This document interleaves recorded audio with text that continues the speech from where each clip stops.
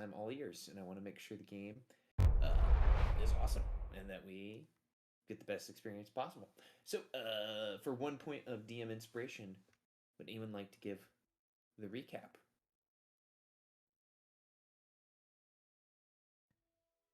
I can do that.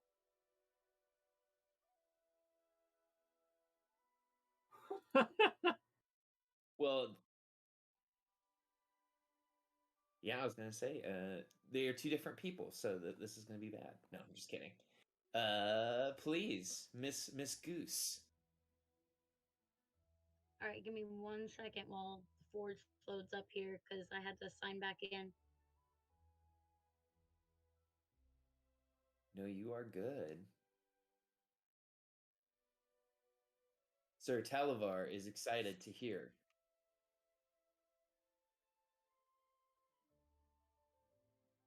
Did the cold affect your setup at all?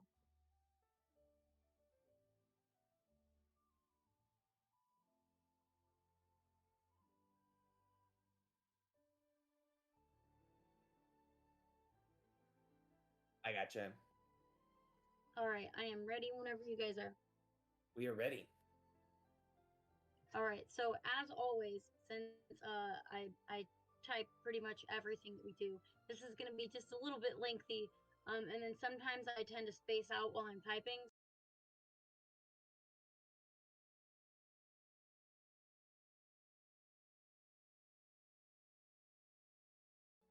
We discussed what we want to do with the Lornling. Let's see. He woke up after an hour and we questioned him, asked him where Baba Yaga was. He said that if we're heading to the hither, then we need to be prepared because it's a swamp. We wanted to convince him to tell us everything, since they planned to kill him anyway, since he hadn't responded to Bavlorna and her sisters for a long time. Let's see.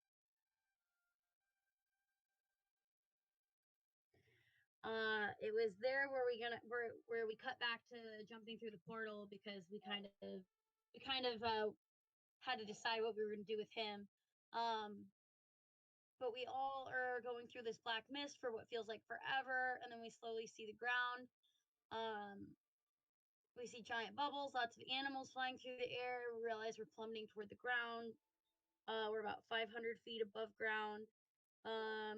We try to come up with a few different solutions as to how not to splat on the earth. And then we realize that if we just say aloud that we want to stop, we'd slowly float down. We land on a stone bridge where we saw Amara's new character. Let's see. There was a fog-shrouded swamp below us. We could smell rotten plants. To the west, we saw a large slanty tower. I think we called it George Tower. I can't remember. Over the edge of the bridge, we see large colorful mushrooms. While we decide to make a decision as to what we're gonna do, Fear just jumps over the edge and uses the rope to survive the fall. It's a swamp down below, super squishy and swampy. Everyone else makes their way down safely. We come across a group of 6 Harangon who say they're trying to rob us of our memories. They said if we give them our memories, they'll give us the directions that we want to go to. And they say that Downfall is the nearest town.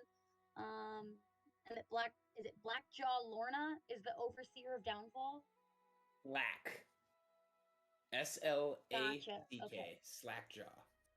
Slackjaw Lorna. Okay.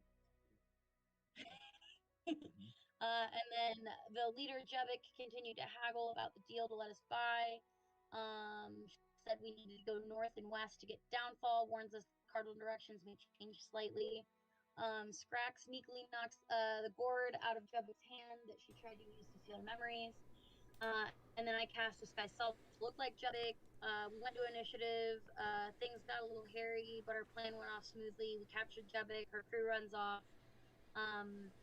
I wink wink convinced Jebik to join our party. As we were heading away from the area where we had our fight, we see the hot air balloon that we saw from earlier fall from the sky. Let's see. The balloon seemed to land near the slanty tower, so that's where we went.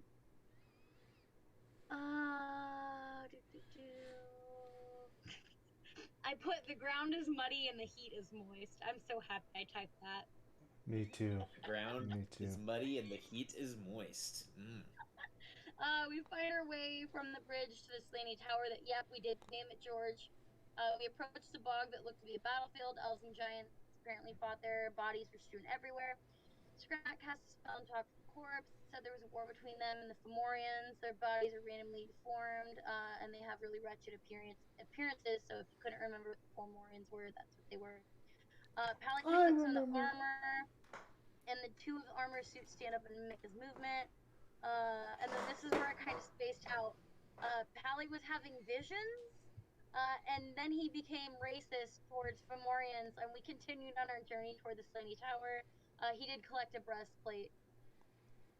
Jebek asked what we were doing, just as a group. We told her about the hags and us trying to find the items that we lost. And then Jebek mentions the Castle of Heart's Desire. Then we find Sir Talavar stuck at the top of the tower in the basket of the crashed balloon. He was in a silver bird cage. There's a Bollywog body in the basket as well who died in the crash. Jingle Jangle may have a way to open the lock, who is the person that we are currently headed towards now. And then Amar's new character, that's Popolo, right? That's his name? Yep. Yes, Prince Popolo. Okay, he gets Sir Talavar from the cage and brings him down to the rest of the party. When Sir Talavar sees our lordling friend, he draws a sword, calling him a minion of Bavlorma Blightstraw. So then, let's see. He wants to be freed from the bird cage. He's trying to escape from Bavlorna when the hot air balloon crashed. The goblin Jingle Jangle lives atop Tollway Hill, and we're going to go see him, who is the Master of Keys. If we free him from his cage, our valor shall not be forgotten, and Queen Titanian shall reward us. The end. That was Checks out. excellent. Yeah, that checks out. That I believe that is literally everything that happened last session. So please take your point of DM inspiration. You have earned it. Thank you. Okay. For our point of factspiration today, everyone, I posted this earlier in the week. So, if you were granted a wish, what would you ask for? And I'm going to give the opposite of extra credit if you guys wish for what Justin wanted to wish for. Lola Bunny? 2 Lola bunnies? Ooh. As many Lola Bunnies as I want. If only that's what she actually wished for. Okay, I am going to start with... I only see Fier and Luna in Forge. That's weird. So we will start with Luna. Luna, what would you wish for?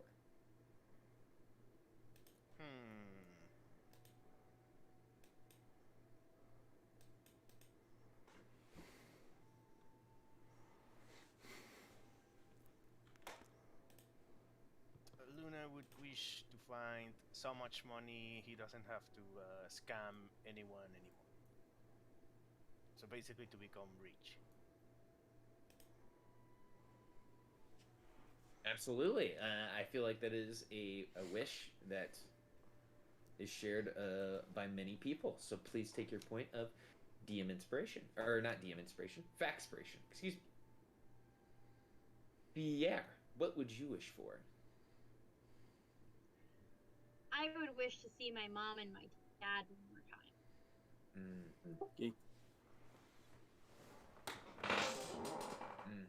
Absolutely. I mean, who does not dream of being reunited with their family once again? Please take your point of factspiration. Scrack, what would you wish for?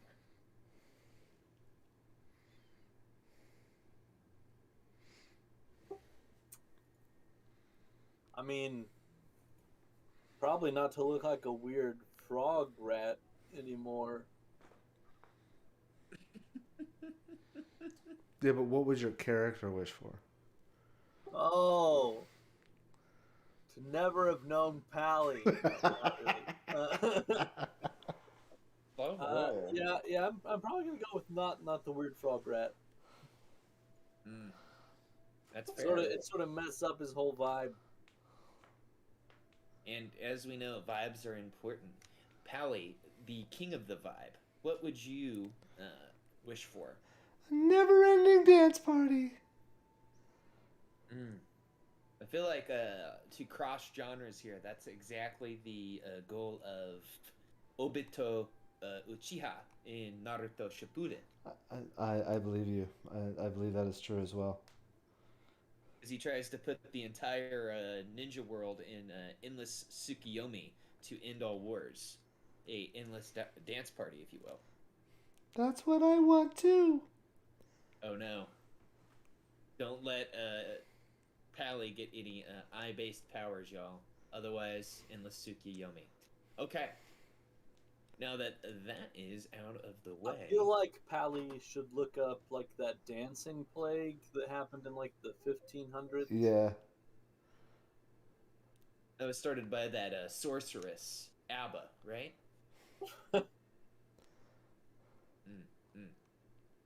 Damn Swedes. Okay, so let me move you guys. We are on the start screen. Dancing plague, all on the dancing plague. I can see it now. And let me pull you guys all, because we just ended last session, crouched around this tower, with you all rescuing Sir Televar, the fairy dragon. Let me just remind you guys of what he looks like. The mustachioed dragon. Too bad they didn't make him green, because then he could be the mustachioed pistachio. I think I might need to refresh. Did you share already? I had to refresh. Okay, I'm refreshing. Okay. Yeah, I remember him. Yeah, you rescued him from the hot air balloon. Prince Popolo was able to use his abilities as a grung to jump off the arcane trampoline, jumped up, pulled him down. He is still locked in a silver bird cage, and you guys are unable to open it. And he has told you that he knows of a goblin in hither named Jingle Jangle who has a certain key obsession. He's got spurs. That jingle, jangle, jingle. I was like, where is he going with this? So let's pick up there. So you guys are around this tower. There's black brambles with the threat of giant constrictor snakes inside. Sir Televar is inside of a bird cage. And I would like to say that Lola Bunny, aka Jevik, is currently manicuring her nails.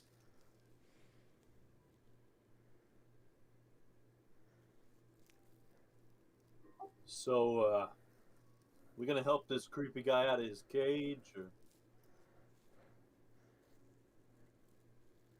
As long as he's not a Fomorian. I don't think so.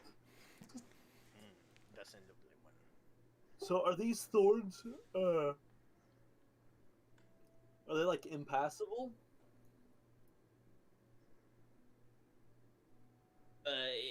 Using my narrator dungeon master voice, these brambles, it looks like you could carefully move yourself through them. However, you would be unable to do so stealthily unless you had some sort of magical ability, as they look like they would most certainly be like walking on a football field size of packing peanuts and packing popping bubbles. It looks like they would pop, crack, snap, and snag at your clothing. Also, 2 giant snakes living in them. Do we? We don't need to go in there, do we? We're done with this. Well, yeah, but I mean, I'm kind of interested in what's in the tower. Oh, I see what you're saying. rather than Okay, just okay. what was on it. I see. You want to go on a side quest. Sure. This dragon doesn't need to get out of this cage anytime soon. I was just Just looking at our options. All right, let's get him out. Let's get him out. No, Pally starts walking. No, you piqued my curiosity. Shh. Sir Pally, please. Shh. You don't want to tangle with those two snakes. You see, I haven't experienced anything that troublesome since the last time I traveled out for Titania, my queen. She had me put a good wallop on a pair of burglars, you see. These two Fomorian burglars that were carousing the road. Maybe I misunderstood. Aren't those two? Isn't that Jingle and Jangle? No. Jingle Jangle is a singular person, a goblin. Yeah, Pally. Jingle Jangle's he's the master of Keith. Master of Keith. There we go. Why do you all put so much emphasis on the jingle and not so much on the jangle? Why isn't it Jingle Jangle instead of Jingle Jangle? Or Jangle Jingle. Exactly. My linguistics should not be at question here, sir. As you see, I feel like that is of small importance, when the large importance is I am locked in a birdcage. All right. Bye, snakes. Is it like thieves' tools locked, or just like break it locked? Sir, I do see that you are reaching for a pair of... Are those hairpins or some type of thieves' contraption? Yeah, they're lockpicks. I mean, they're... As a venerable knight of Miss Titania, Queen of the Summer Court, I've never put my hands on something that low and dirty. Oh, well, here. And I just go to hand it to him. Nice. Please, sir, please keep those to yourself. I wonder if maybe I can cast a firebolt and just burn all of the brambles away, you guys. Oh, I mean, those snakes might attack, but I'm gonna try to get this cage open. Yeah, I don't think the snakes will like it if you burn their home. Okay, I won't cast a firebolt. However, if we want to open the cage, I think we need to go, Jingle Jangle. We have to go see Jingle Jangle. Jingle Jangle, yeah. Yeah, that's what I said, Jingle Jangle. I agree, Jingle Jangle. Jingle, jangle. Alright, so we're off to see the wizard? Wouldn't it be easier if we just unlocked the cage right now? Why don't I just try to open it with my lockpicks? Okay. Sir Talavar says, if you can open it, sir, please do try. Even with these lowly thieves' tools? They are the tools of a person much different than myself. I'm gonna start picking and start picking and grinning. Gross. As you pick and grin, you discover that this lock is one of those feisty ones that they designed to only work with a key. The tumblers do not react to your picks. Oh, that's one of them bullshit locks. Yes, you can see the stamp of BS above the head of the lock. All right, it's off to Jingle Jangle. I'm not carrying him. I'll try. Pally, aren't you a Dex Paladin? Shush. Don't judge me. I know one Paladin that has an 18 strength score. Ah, too bad he doesn't know how to cast the Bless spell or any type of actual useful things in fights. He doesn't need to prepare Bless because the Druid has it on demand. Tune in Sunday night. Cast Reduce and just make him smaller so he's easier to carry. I'm afraid you'd either have to reduce him or the cage. I don't think you could do both at once. Well, the cage is what's heavier, right? I mean, actually, I don't know. What's the cage made out of? Silver. The cage is made of silver metal. Silver's not that strong of a metal. We could probably just break the cage. It's probably got magic protecting it. I assume we're saying this as we're walking towards Jingle Jangle. Sir Televar is looking at you all in a way that would let on that he's like, oh no, who has saved me? I'm gonna ritual cast detect magic. Is his cage magic? The cage is indeed magical. Right. It is a magic cage. All right, let's get Athru, going, I guess. Athru, you got Athru, this. how about you change into like a bear or something? We'll just tie him on your back. Don't we have a donkey and My wagon. we can put him in? Oh yeah, that would probably work too. All right, you're off the hook for by now, all Athru. means, tie it on Athru's back. That's funny. I mean, I agree. I bet Athru doesn't complain all night about it. He's not going to be doing anything this week anyway. I'm sorry, did you all say something? I was playing. Not one peep out of We need you to you. be a bear. Or a horse. I don't know what CR horse is, but that would probably just work. Or a mule. I've been obsessed lately with this this game, Raid Shadow Legends. Ah. How about I become? I can turn into a brown bear. How about you like a mule, a beast of burden? All right. We need you to carry this fella around for a bit. All right. And he becomes a mule. All right, we're gonna throw burning Sir Tavalar and his cage up on him and strap him in. How dare you, sir? And let me just I turn love that that through. token. The mule, yeah, the donkey. Yeah. Nice, a new donkey for the wagon. Exactly.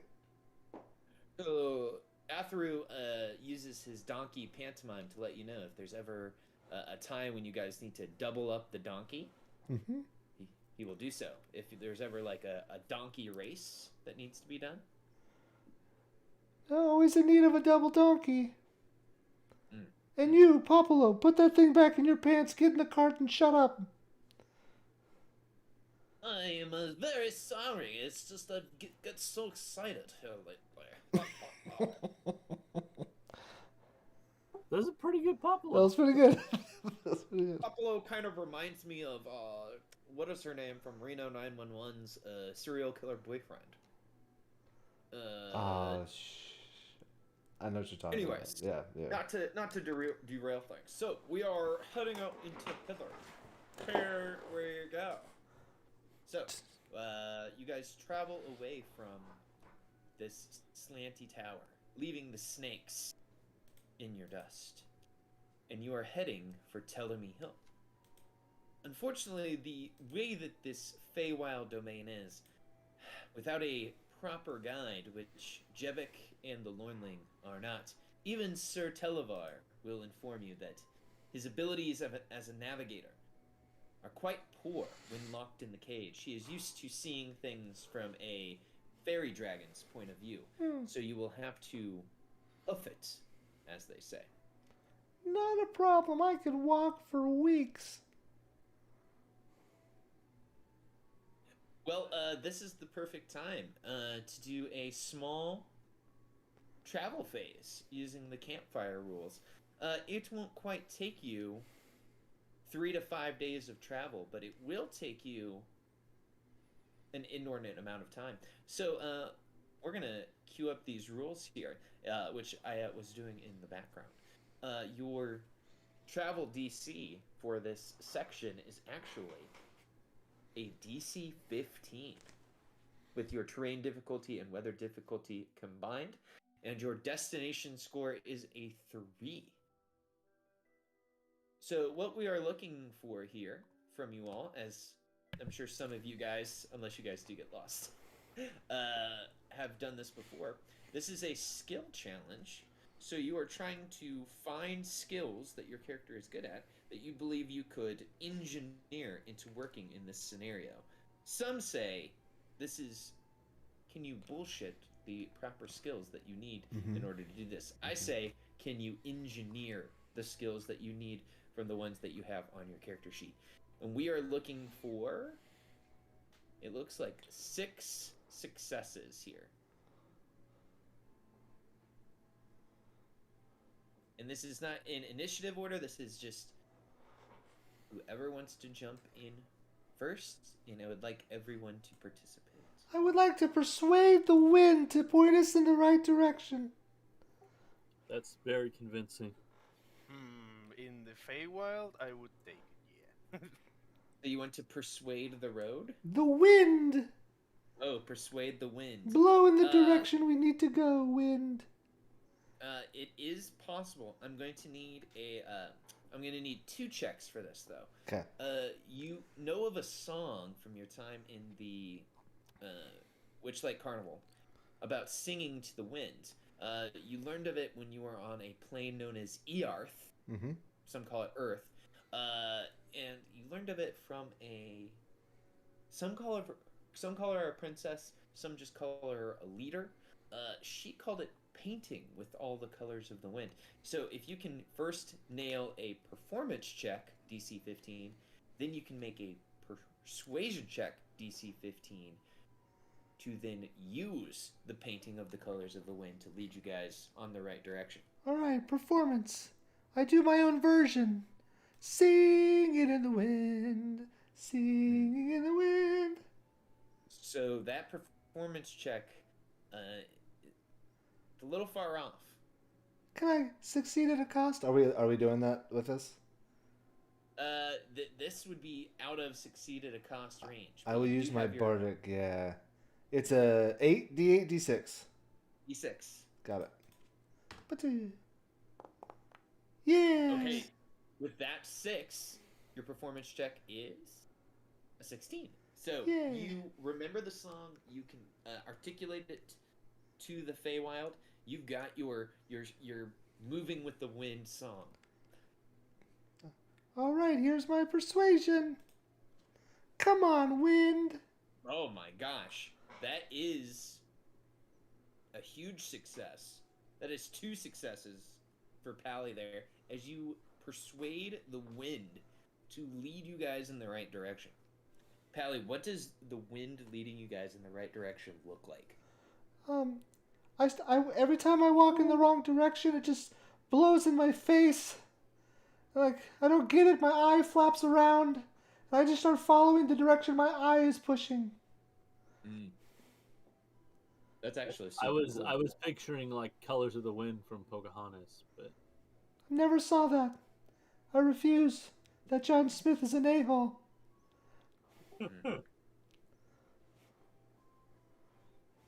Perfect. Well, we have 2 successes here for Pally.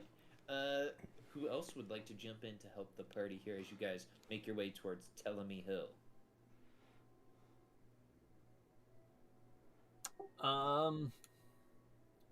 I would either like to sort of investigate the conditions. I don't know. I was trying to come up with more to hint at that other than using the word, or use my my knowledge of. Well, shit. I guess I don't know if I would know about Feywild nature, but or use my knowledge of nature to help us out on either one. I feel like nature is definitely applicable here as you pass by several bogs. Oh my gosh, you guys are doing amazing. Woohoo! So that's a 19, which Nice. is 4 above the DC. Excuse me. So that's 3 successes out of your guys' 6 that you need.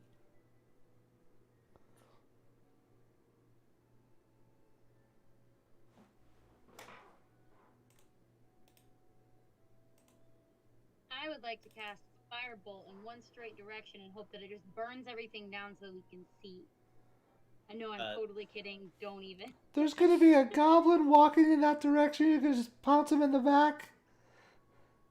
You see a goblin who looks like he's a revolutionary. Some might call him Krenko. Yes. That you shoot in the face. No.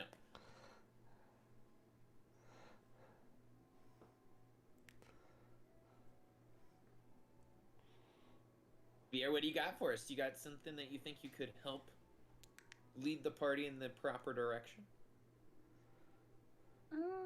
So we're in a swamp, right? We are in a swamp.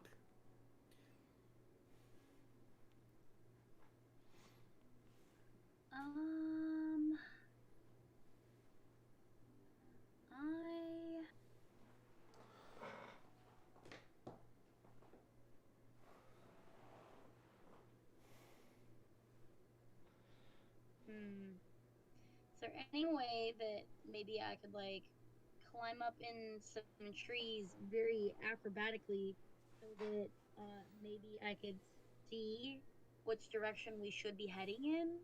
Question mark.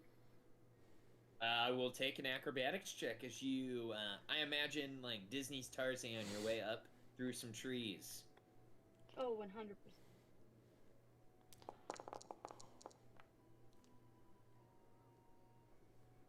Succeed at cost. Yeah, just a little bit under the DC that we were looking for there. We're looking for DC 15. Succeed at cost.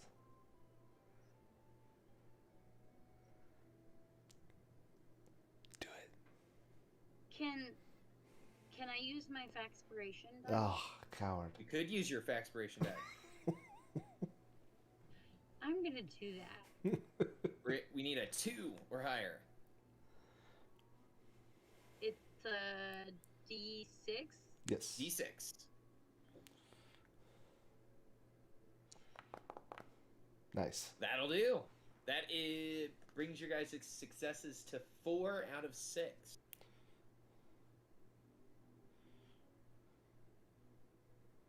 All right. Luna wants to use his memories of when he was lost in the Feywild. Nice. Mm-hmm. His survival memories. So basically, I want to roll survival, but with intelligence.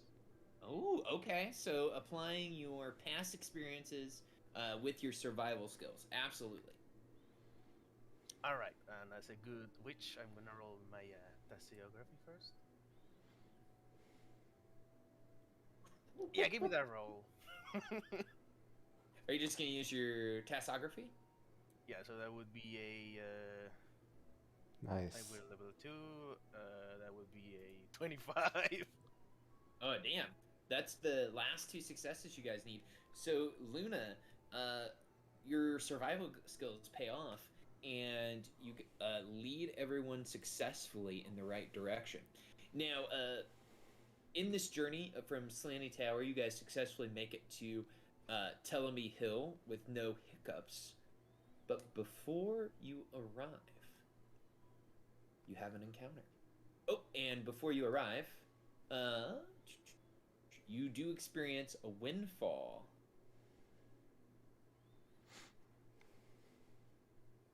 Let's see, just to see how many you get, the amount of successful is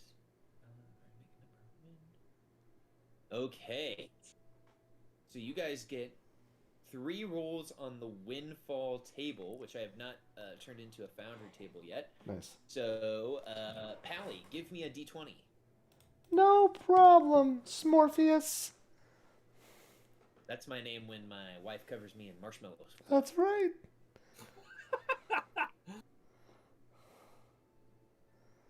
Okay, your travels have left you with a renewed sense of purpose and direction. Each character gains 1 point of inspiration. Yeah. Whoa! Yeah, that's a really good one. Let's see. That's the advantage inspiration, right? Yeah, that you Got it. DM inspiration. Got it. Aw, mine's already full. You already have 3? Yeah, give it to someone else. If that's legal. Can I give it to somebody else? Sure. I'm gonna give it to Luna. Nice. Luna, give me a d20 roll. If it's a 9, we will re-roll. Aw. Oops, that was private. That's okay. Okay. Oh my gosh. Whether for mundane or magical reasons you feel a spring in your step, the party has advantage on dexterity ability checks and saving throws for the rest of their day Oh, nice. after your arrival. So what we can do for this, so we can remember this, party, on your conditions, there's a little advantage plus sign. If you guys want to mark that advantage plus sign so we remember. Makes a little water bubble on you. Alright, and we get one more, so, Scrack, roll us a d20.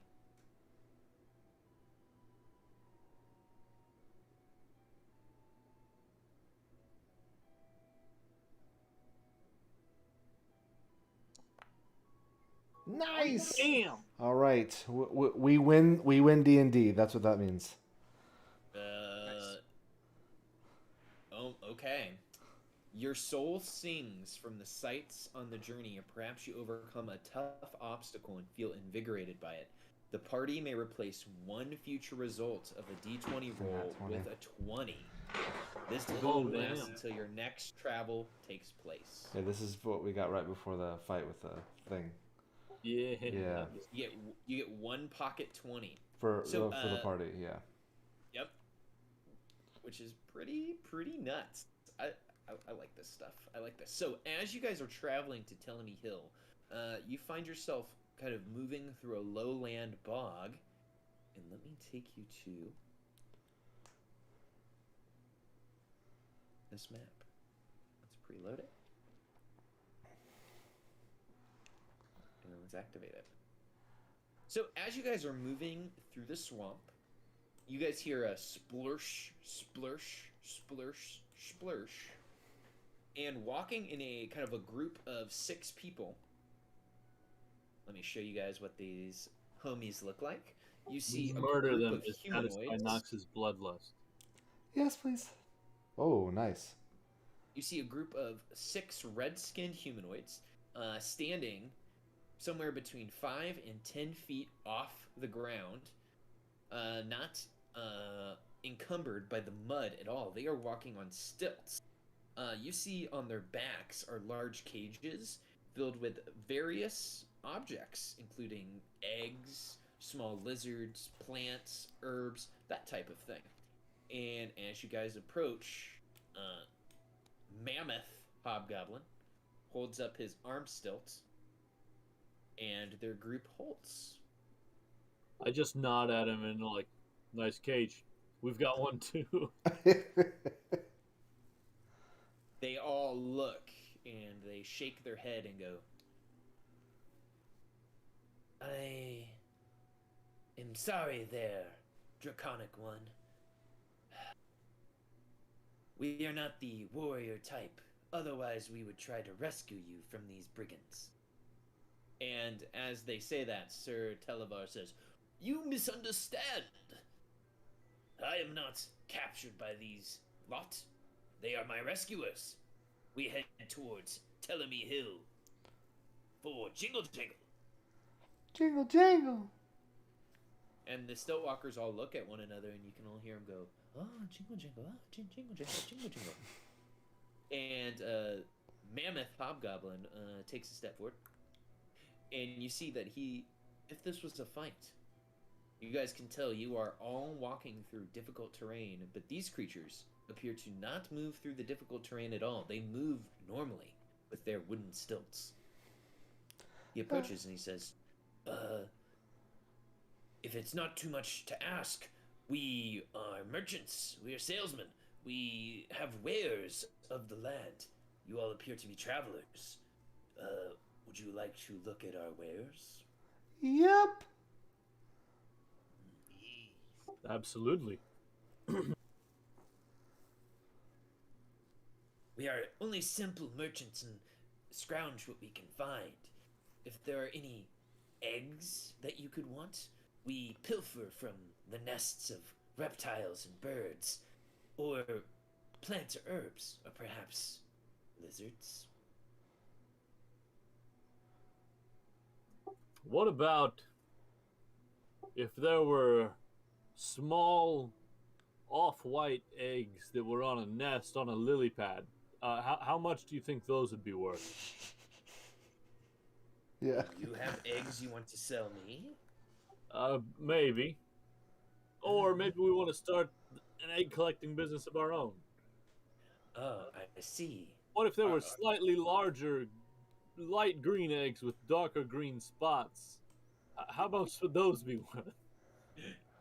He narrows his eyes at the eggs on the map, and you see he is redoing his stilts for an egg race. He says, if you did have eggs for sale, or wanted to purchase some of ours, we could come to an agreement. You see, we sell these eggs with the bullywogs of the soggy court. They much like our yolky deliciousness that we can find. Interesting. So, if, say, someone was going to run into these bullywogs at some point, or thought that they might, perhaps a good sort of easing the way gift might be some of these eggs, you think? Oh, they do quite enjoy them. You see, they are much too fancy to hunt the swamps for the eggs themselves. They treat them as a delicacy.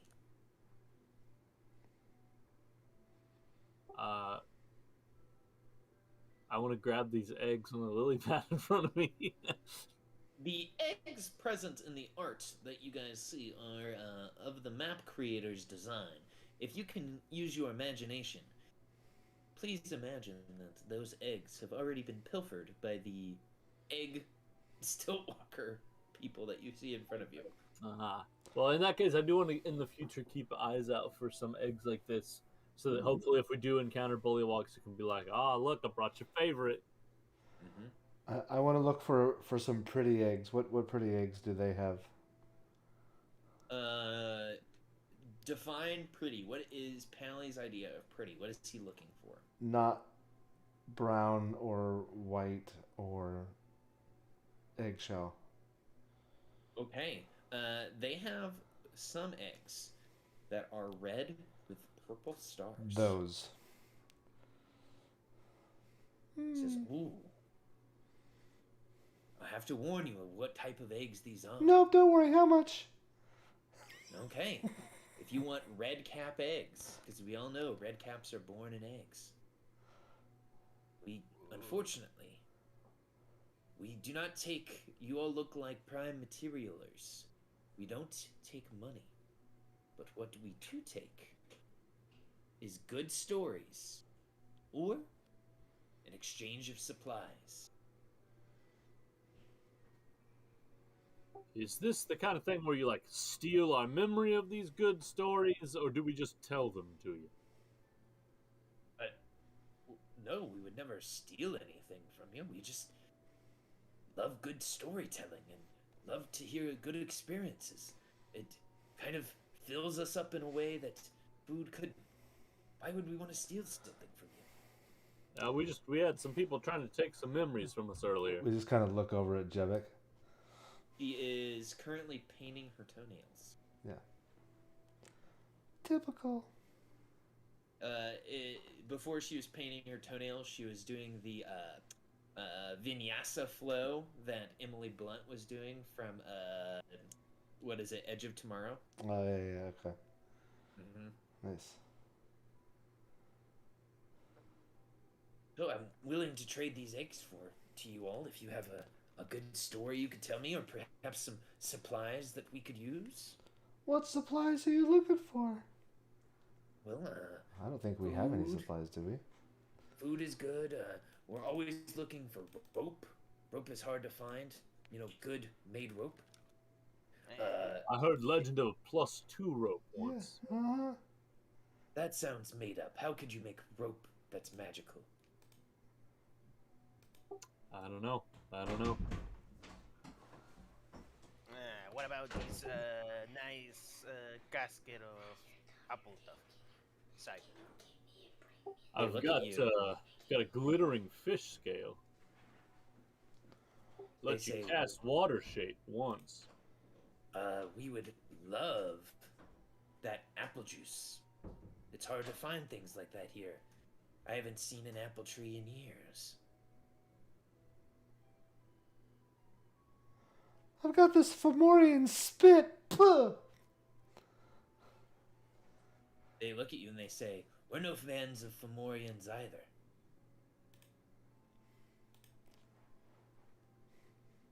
I have a beehive wig. Do you want one of those?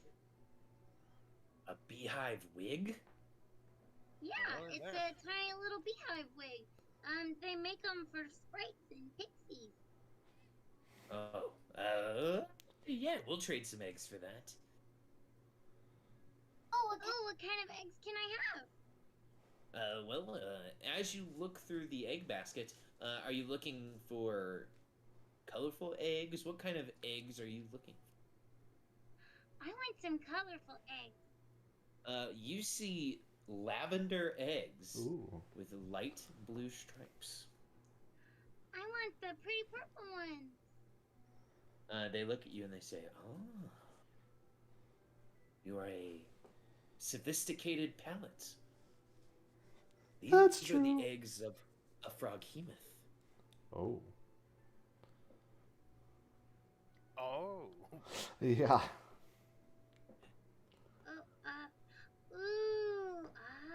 That's really cool. They roll Another insight on nappy? you.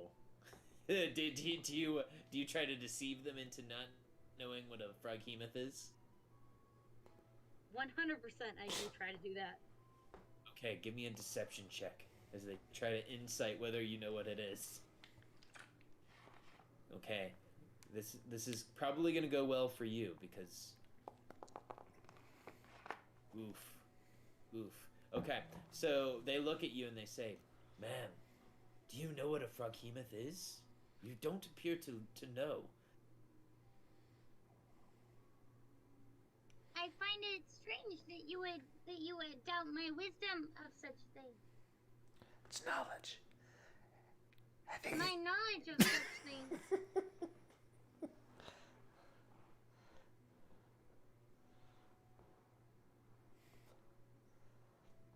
Pally did say that out loud.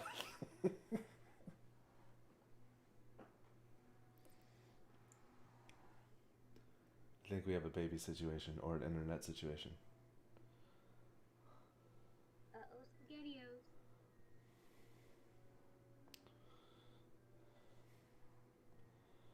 No, the DM is dead.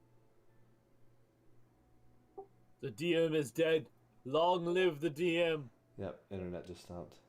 All right, so now we vote on who is the new DM, right? Is that Yeah. how it works?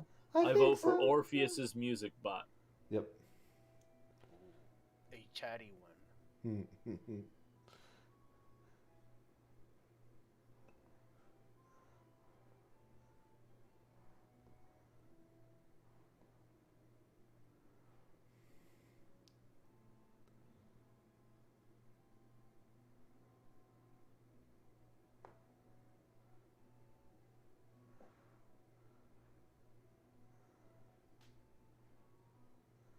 We're having internet issues for the one viewer that I have.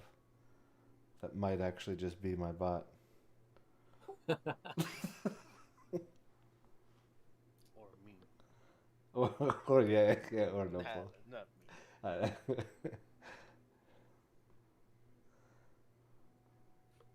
I'm already hosting the bot, so if I was also watching your stream, I think my internet would just boot. Yeah. My internet just went poo poo. Oh man, I just told like the best story that Pally was telling them for his egg, so I don't want to repeat it for my viewers because it'll annoy them. For posterior, for my sake, if you guys would like to trade for the eggs, you don't have to tell a whole crazy story. You could narrate it in the second person, some might say. Nice. I'll finish out the Goosey thing. So, Goosey, they know that you don't know what a frog Keemith is.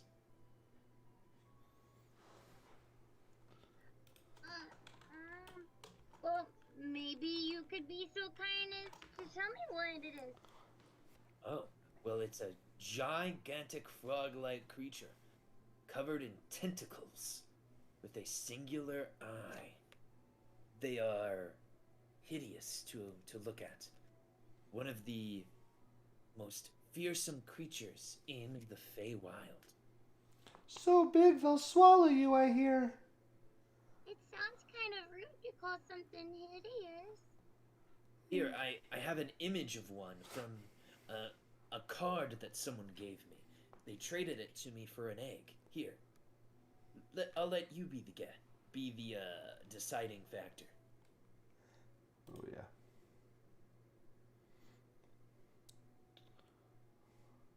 What's that thing that's holding that froghemoth in its tentacles? I mean, oh, that's very pretty. It's not very nice to call something so hideous. I think it's cute. I don't know. This can't be a froghemoth. It has 3 eyes. You said 1. I think you're pulling the wool over us. Maybe this is just what they think you look like, Pally. No, that's fair. You've got 3 eyes. I see what you're doing.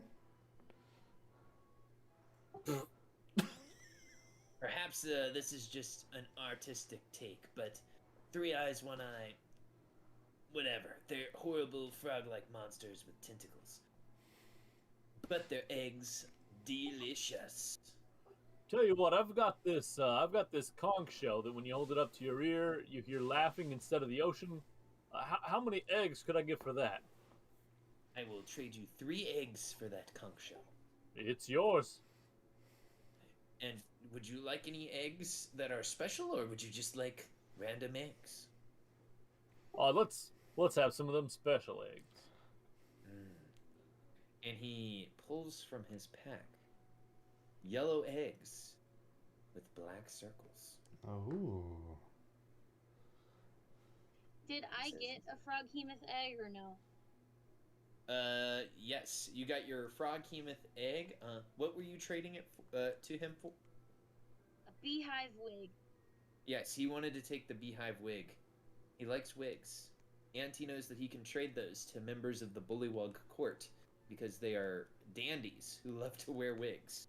Nice.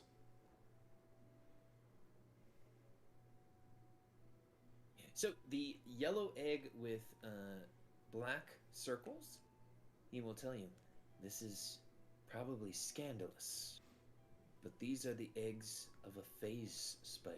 Ooh. A phase spider, really? Mm-hmm. Yes. I am sure that you have maybe seen a phase spider before, or heard one in lore, but they are fantastic creatures. Quite deadly.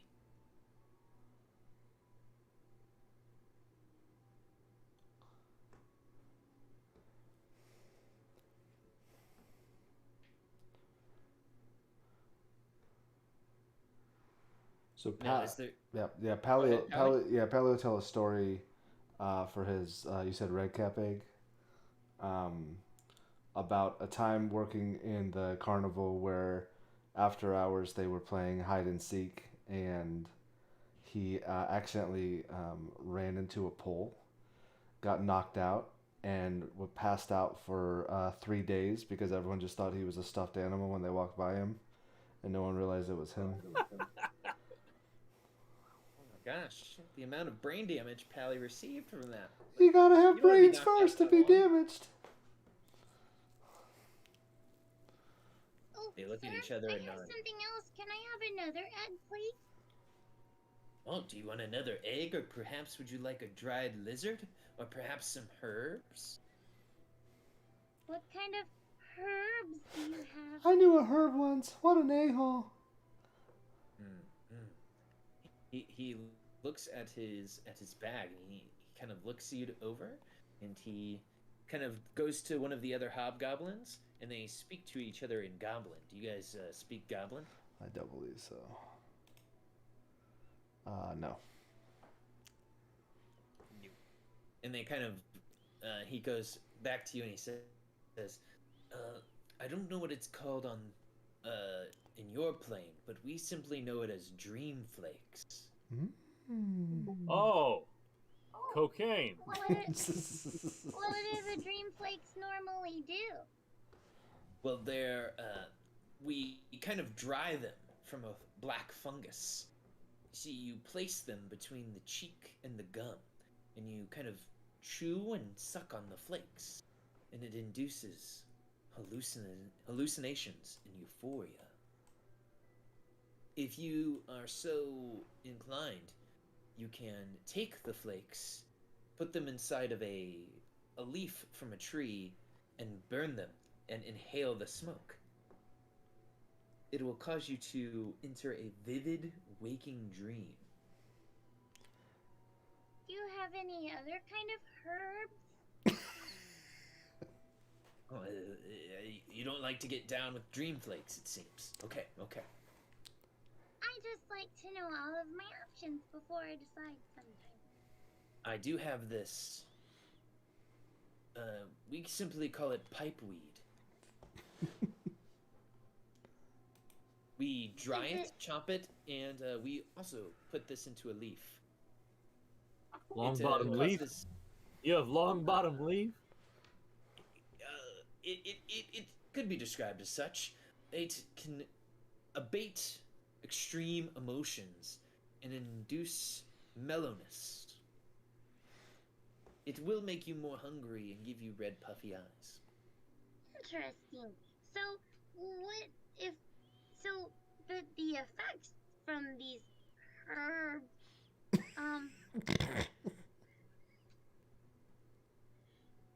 Are they because you inhale the smoke from whenever you burn them? That is correct. Pulling the smoke into your lungs causes you to have this effect. I guess if you ingest them in different ways, you could experience this as well. Ooh, can I have some of both of those herbs, please? You want some dream flakes and some pipeweed? Yes, please. And what would you like to trade for? I can give you 1 dose of each.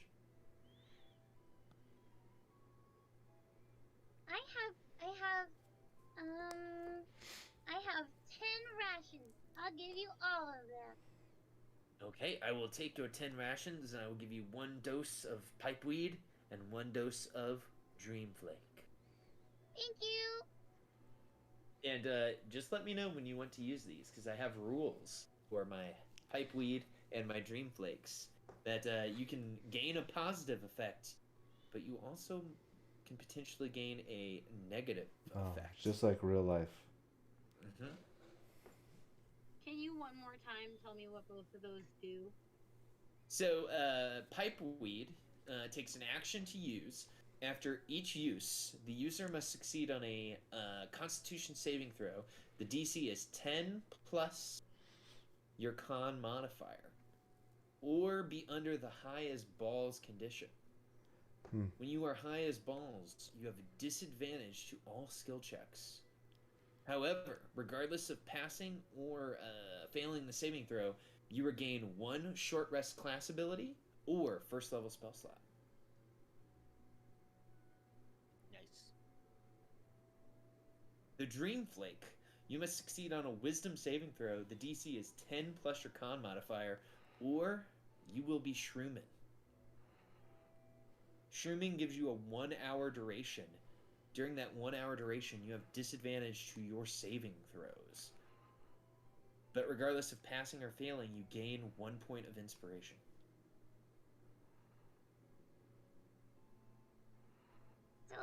So what do you think? What do you think might happen if I just light these on fire, possibly, and set them by some enemies, and we use it as a distraction? Could that maybe possibly in the future work?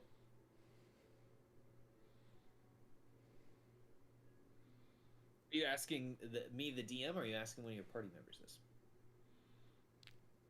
Yes. Yes. Maybe?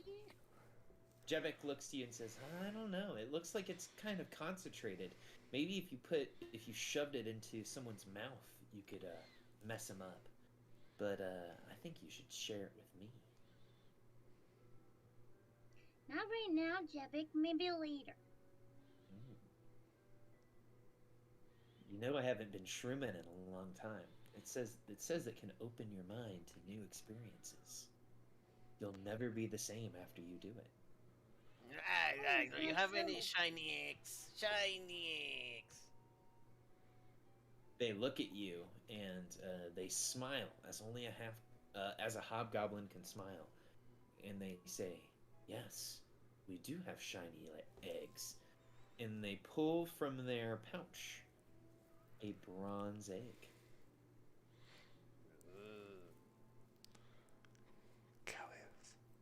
I say I've seen one of those. They say, "This is a very special egg. There are birds here in the Feywild, closely related to crows. And they lay these eggs. Their feathers are almost like scales of armor, hard as bronze.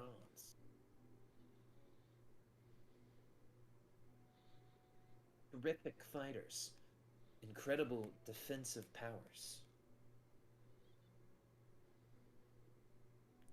We stole these eggs in the cover of darkness." I'll trade you for the apple juice. We will take the apple juice and we will give you a bronze egg. Nice.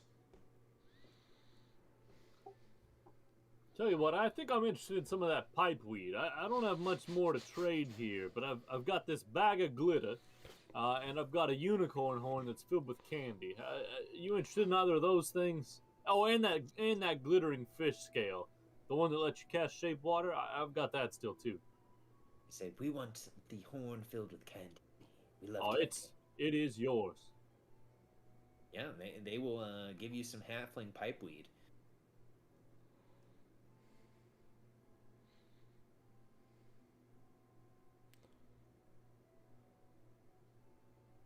They show you a drawing of the bird they were speaking of.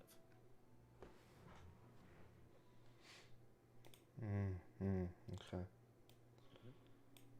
Kinda looks like a Pokemon. What about these dried lizards that you have? Or do you just eat them, or do they do anything cool too? Oh, they are small geckos that we catch, and they are just very delicious. It is kind of like a lizard jerky. We smoke them over a campfire. It becomes very soft and tender. Are you famous for selling those around these parts to any certain type of people? Well, the bullywugs mostly want our eggs. They never take us up on our smoked lizard jerky. But we were hoping to break into the market. That does sound kind of tasty. It does. They pull from their packet. It is on small pieces of bamboo, like a bamboo skewer. It's like a smoked lizard that has been like pierced from like butt to out of its mouth. Lucky. What does that mean? Oh, sorry. I thought it was still quieter than that.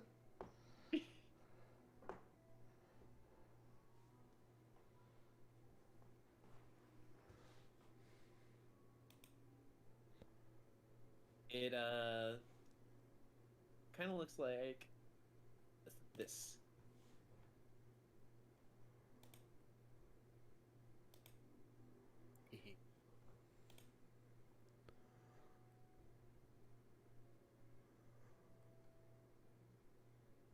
I think I'm gonna pass on the lizard. I'm not feeling lizard right They sigh. They're like, one of these days, we're going to break it through. People are going to want our lizard jerky. One of these days. I think you have a branding problem.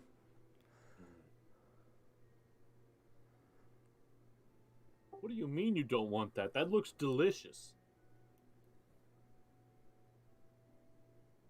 Sir Scrack, would you like a lizard on a stick? I've got this bag of glitter and I've got this glittering fish scale. Just Take your tell pick. him a story, man. We will give you 10 lizards on a stick for that bag of glitter. Oh, it is yours. Scrack, after they give you their kind of a jar full of lizards on a stick, and they impart the knowledge that if you eat one of these lizards, it will give you enough food for the entire day just from eating this one lizard. So like a ration. So a Russian, yeah. Mm-hmm. But it's just the size It's of a a lizard on Lambus River lizard. a... Lambus lizard sounds more believable than Lambus bread. Fuck no.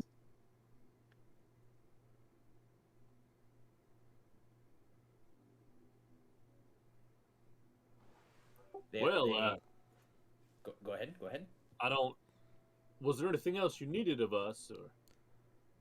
No, we were just passing through and we saw you all and we must be off. We're heading to capture more things to add to our collections. And the hobgoblins will bow their heads to you all and continue to walk away.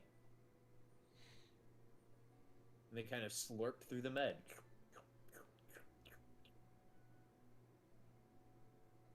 Ooh, I kind of one of those stills. I'm sure we could fashion some. Doesn't seem like it'd be too difficult. Well, good thing we have the wagon. We still don't have to walk on the mud.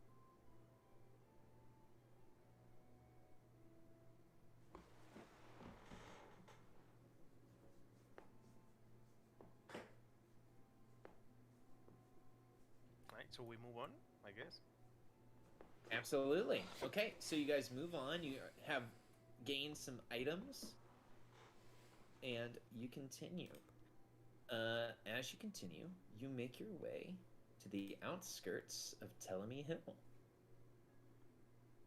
So let me, kind of describe to you guys what you see.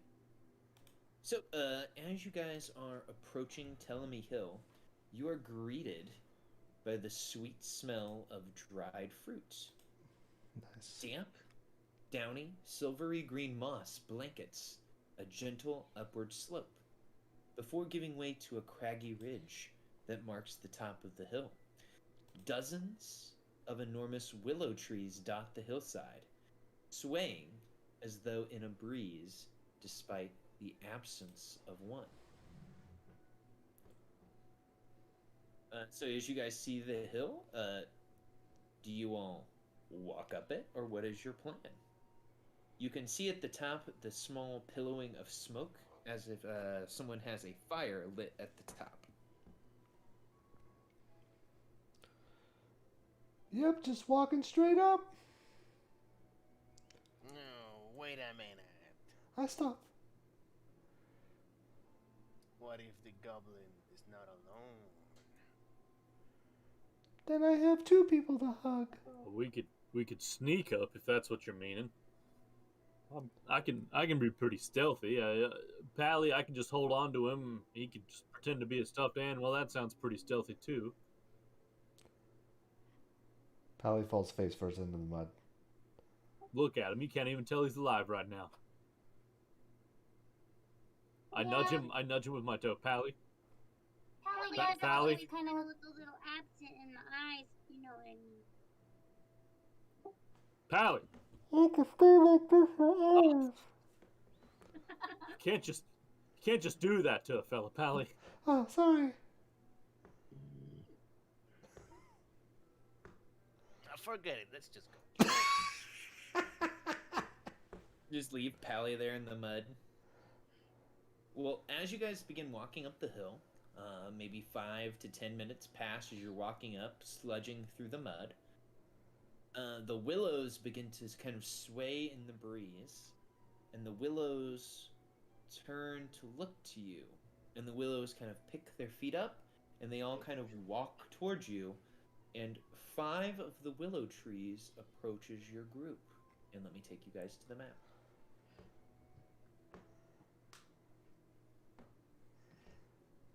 Wait, so there's trees? Yep, okay. Yeah, so 5 of these trees are kind of standing in front of you with large smiles on their faces. Howdy. That's not. Is that an eye or that doesn't look like a smile? That looks like an angry eye.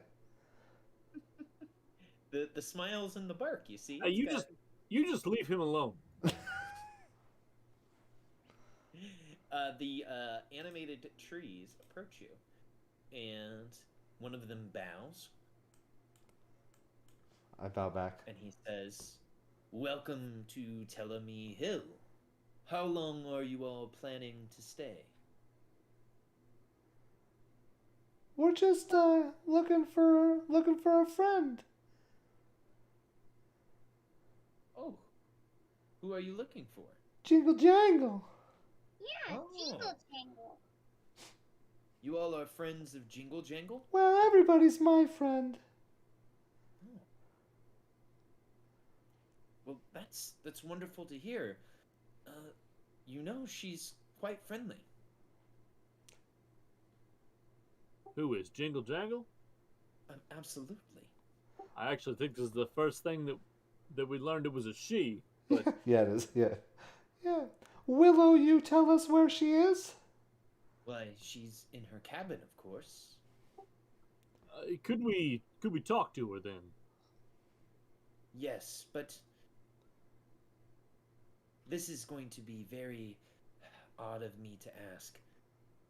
Jingle Jangle, 3 days ago, she was rooting through the swamp looking for truffles, and she was attacked and robbed by brigands.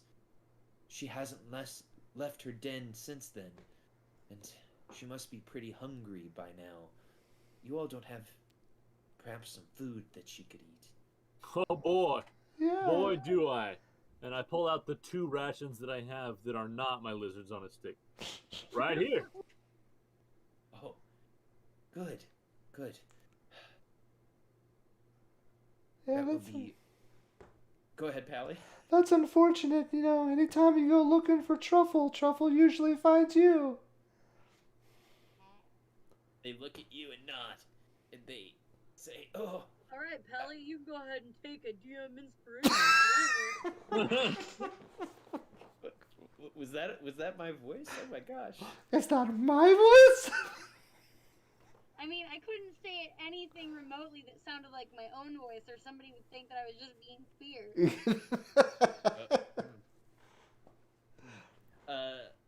They all look to you and say, "Well, thank you for being so nice to our friend Jingle Jangle. You know how she got her name?" Her keys?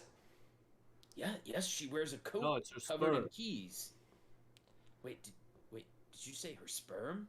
What? No, her spurs. She's got spurs that jingle, jangle, jingle. I heard sperm too. You're right. He's weird. We should really stop this line of conversation. Scrack, you know better. I don't know how I know your name all of a sudden. The giant trees say, oh no, she doesn't wear spurs. She doesn't know how to ride a horse. But her coat of keys that jingle and jangles when she walks." Oh, I was making a joke. Mm-hmm. So, she wasn't just born with keys, was she? Like, she has to have a, what's her Christian name? Susan. We don't know what you speak of. I don't know anything of this Christian. But, we've always known her as Jingle Jangle. She fervently collects keys and talks of them endlessly. Perhaps you all can figure that out.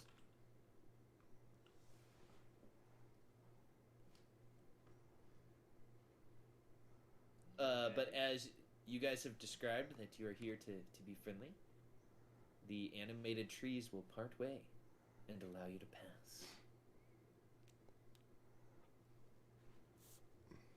All right.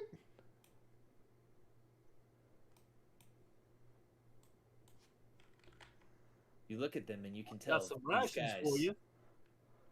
are incredibly powerful, that you don't want to mess with them. I Unless see. you are also a ghost-type Pokemon. Their red spirals scare me. So as you guys approach, I actually have to take you to a different map. Jingle jangle. That Tessa Moorcraft, doing it all here. Doing it all. So as you guys approach, you see a cabin on top of the hill, smoke coming up from the chimney.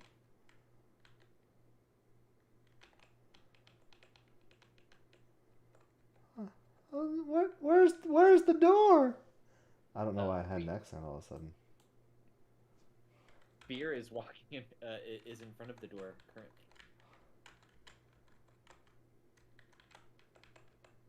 Huh. I can't see right here. Oh, you can't?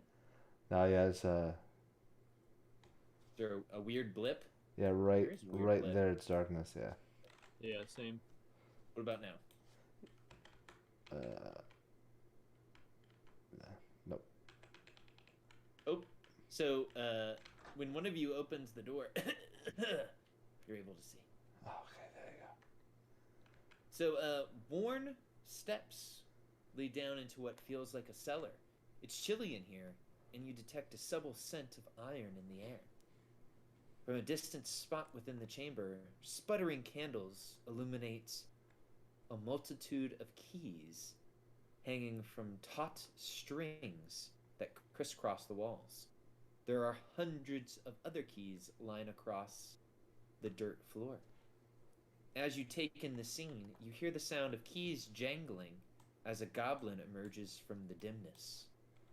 She wears a coat lined with metal keys and carries a flail that has padlocks for heads. Nice.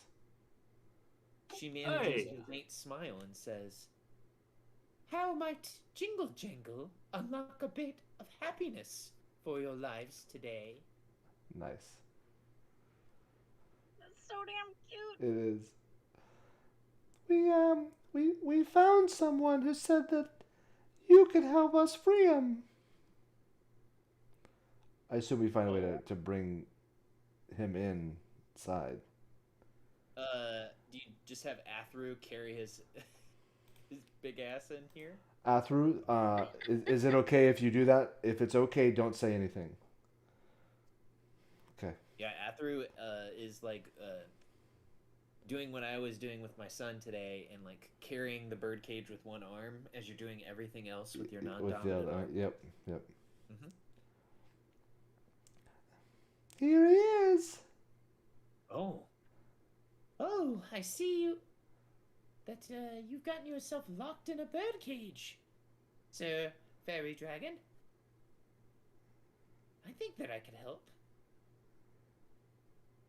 And you see Jingle Jangle kind of go through her clothesline of keys, kind of running across the room back and forth until she comes back with a silver key.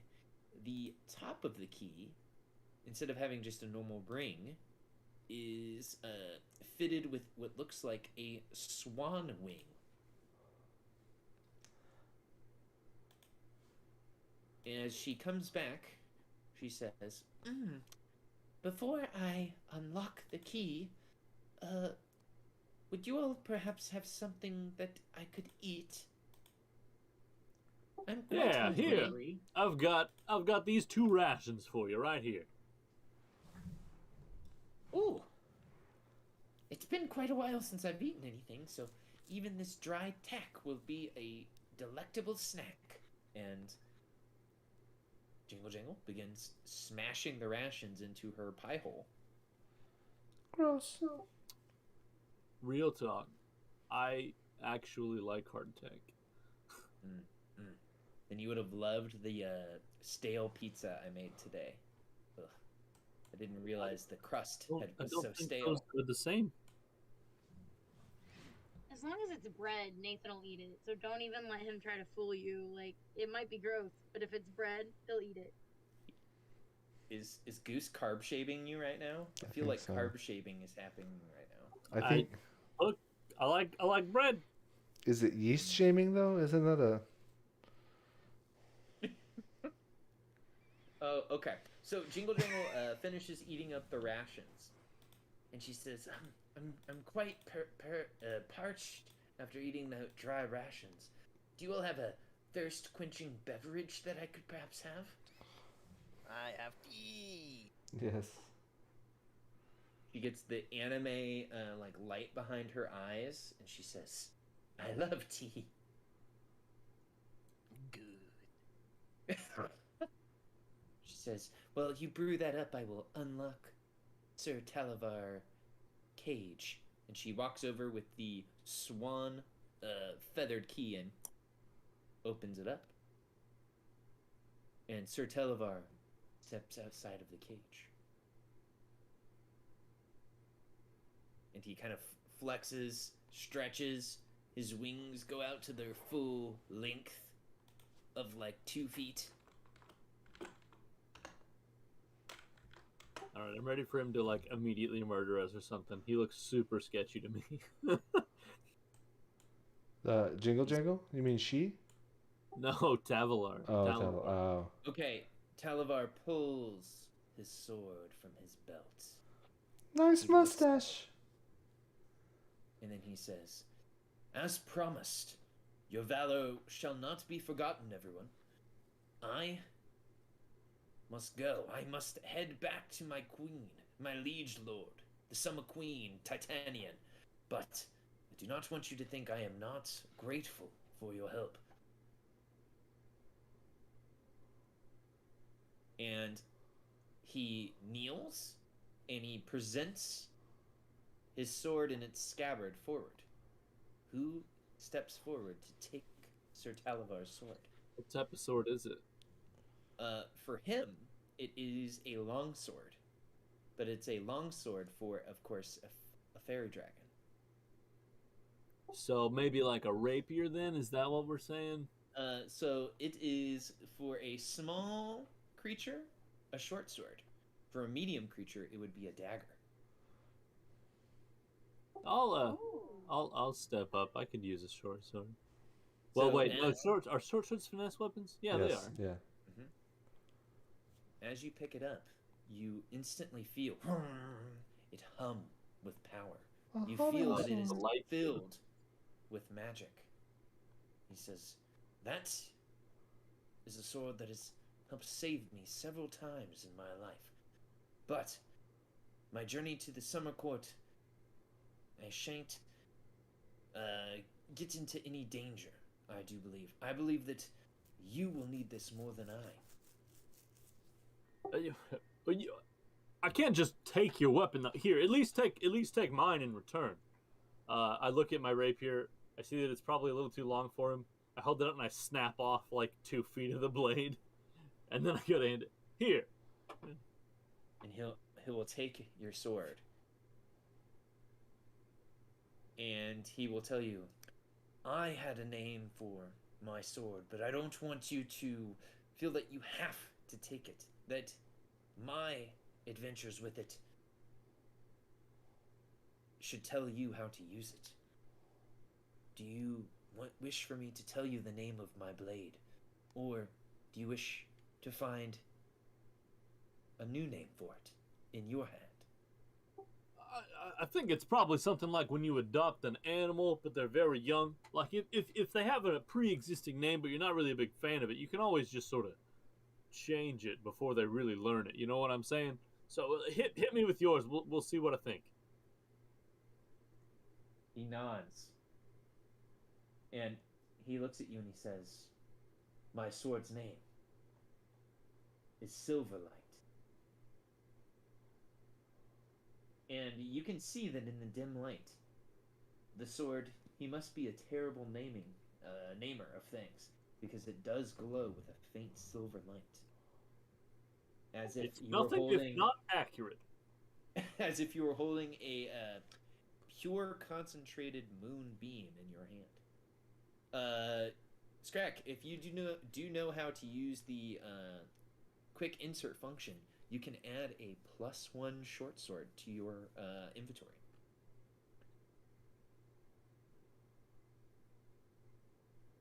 Very nice.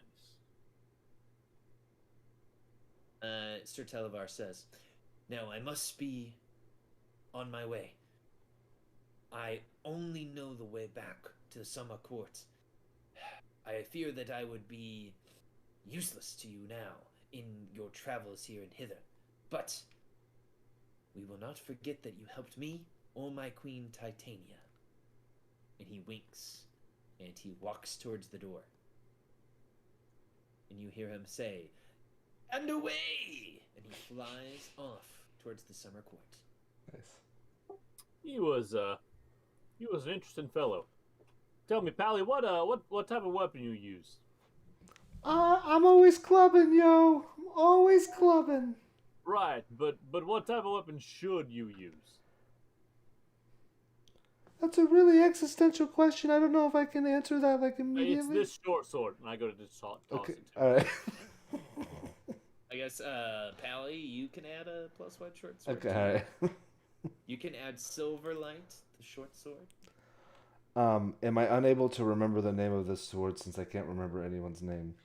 I would say yes. Okay. So you heard. Yep. Look Here at you me. go, Pally, your new sword, Silverlight. Light bright. I love it. Yes, light bright. And everyone has forgotten the real name of the sword already. Jingle Jangle, as she is sitting there waiting for Luna to drink the tea, she would be kind of flapping her gab to you, Luna. Oh, I'll give her tea. She'd say, "See, I wouldn't have been so hungry had I not been accosted by brigands and robbers."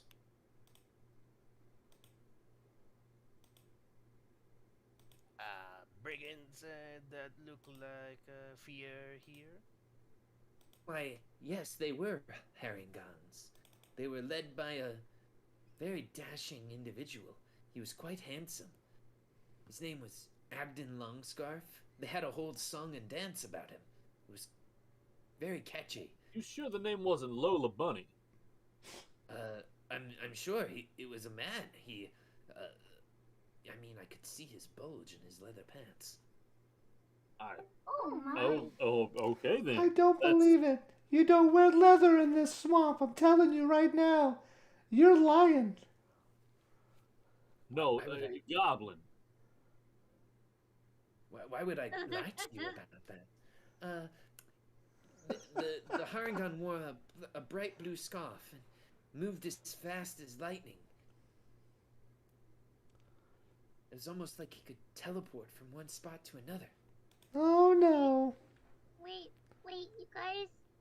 Maybe we should ask Jevik about this.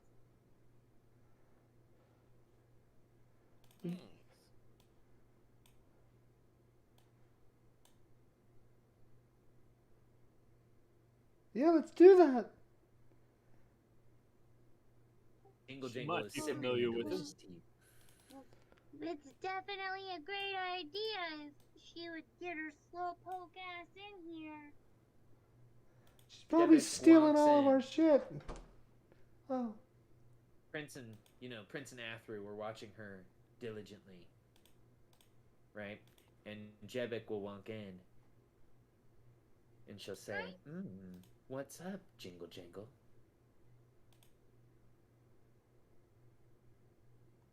And Jingle Jangle narrows her eyes. Uh-oh. She kind of backs up, and she says, You were with that Agden, weren't you? I remember that smile and those curves anywhere." Jevik, how many people have you looted before? Is that looted or looted? Yeah, I don't think you would ask a significant other that question. You usually don't like the answer. She says, I've looted quite a few, and I've looted even more. Fitted. Oh my. I could have made quite a living just on looting, but looting is quite more fun. Okay, why don't we... How many people have you robbed before? Did you say robbed? She Hallie, says, leave. She says, I used to work as a massage therapist, of course, until I rubbed someone the wrong way. Yes. Jevik, Yes. how many people have you stolen items from before? I'm thinking. Can you give me like 2? No, I'm kidding. It says, did you say how many people have I made swollen before? No. God She damn it, you doesn't say guys. that. She, Jevik, I think you need to apologize to Miss Jingle Jingle and give back whatever you took. I'm sorry, Jingle Jangle, that we stole all those mushrooms from you. And then I'm sorry that Agden branded your ass with his brand. Will you please forgive me? She makes this face. Yeah. She says, no, I don't think I will forgive you. I have a burn on my ass. But it wouldn't Well, be Jevik very... said she was really good at massaging things. Maybe she could rub it down for you and you change your mind about accepting her apology. Is that what you do for burns? Do you rub them? I'm not trained in medicine, but is that how you should Well, do it? maybe not rub the burn, but gently caress the area around it to relieve the owies. Yeah, kind of like a tattoo.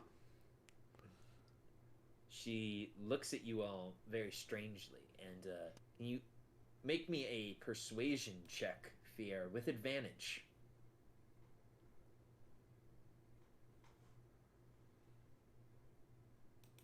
100%, I don't think you should rub a burn.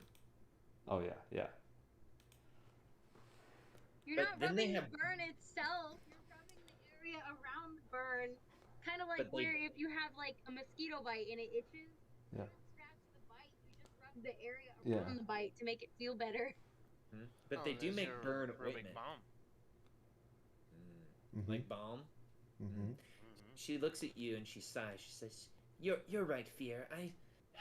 Bygones be bygones, and it's not that bad. Here." And she turns around and drops trow, and she gives you guys the full moon. And on her right butt cheek is a brand of 3 rabbits making a triangle. Yep. She says, "Does it look that bad?" It's beautiful. What the hell, Yamik? You don't go around branding people. She says, "It wasn't me." Isn't the idea of a brand normally for like identification or a marking? So like, what's the point of putting it somewhere hidden? I'm not understanding the logic here. Humiliation. Well, you see, Agden has this thing that whoever we steal from, we should mark so that they always remember their meeting with Agden Longscarf. That's the mark on her butt. The Tri-Rabs.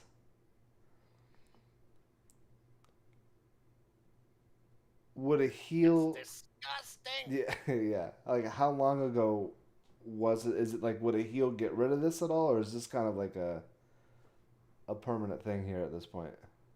This would be... so this happened 3 to 4 days ago. Okay. So it is like burnt, scabbed over, Yeah, okay. kind of like pustule. She says, it does sting a little, but doesn't sting all that bad now. Do you guys think it looks okay? I think it's hip. As long as you think it's hip and hop, I'll be okay. Yep. No, it's horrible. They've branded you like cattle. You see that Jingle Jangle turns around and she has tears in her eyes. And she says, Luna, is there anything you could do to help? No. Oh, no. She looks very distraught and sad. Would I have a feeling that, like, lay on hands would do anything to... Like, it doesn't look infected or anything, right? Like... You think you could lay on hands to make it look less pustule and burnt and scabbed and just go from this stage of where it's at to kind of its final stage where it's that glossy, shiny scar shape. All right, I'll do that. I'll drop 5 points in. And you caress the goblin's cheek. Nope, I do it on the shoulder, very, very politely and non. I mean, it's not Lola that has the tattoo. It's Jingle Jangle. It's Jingle Jangle. Yeah. Well, okay, so you heal Jingle Jangle. Her butt wound looks a lot better. It's not healed. It's still there, but it does not look as bad as it did. Okay. And she feels the magical healing go through her, and she gives you a big hug, and she says, Pally, thank you so much. You're welcome, friend.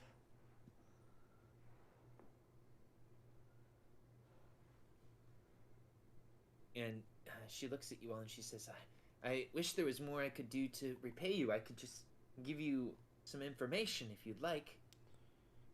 We would welcome information.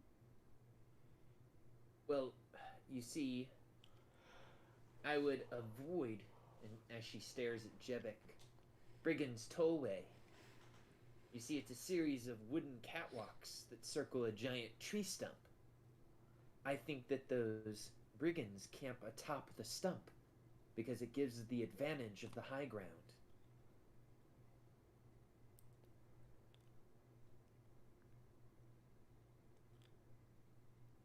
She kind of looks at you all.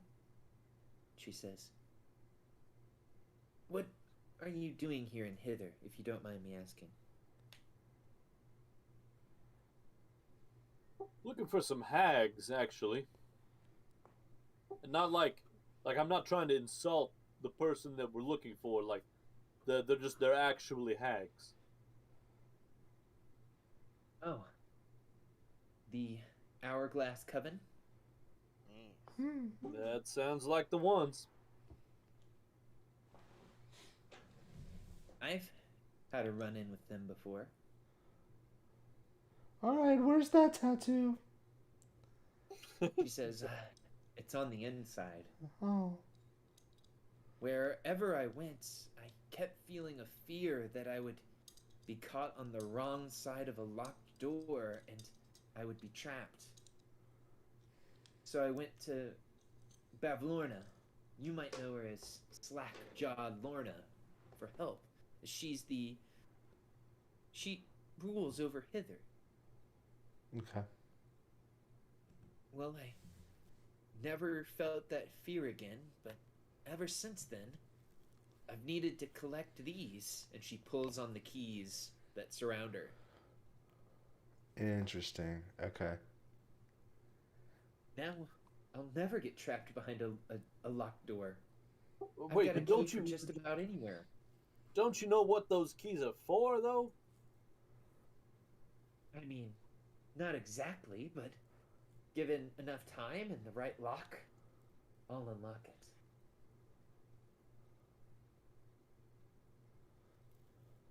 Well, I suppose it's better than doing nothing. She nods. I agree. Now, are you just wanting to meet Lorna, or are you trying to go after them all?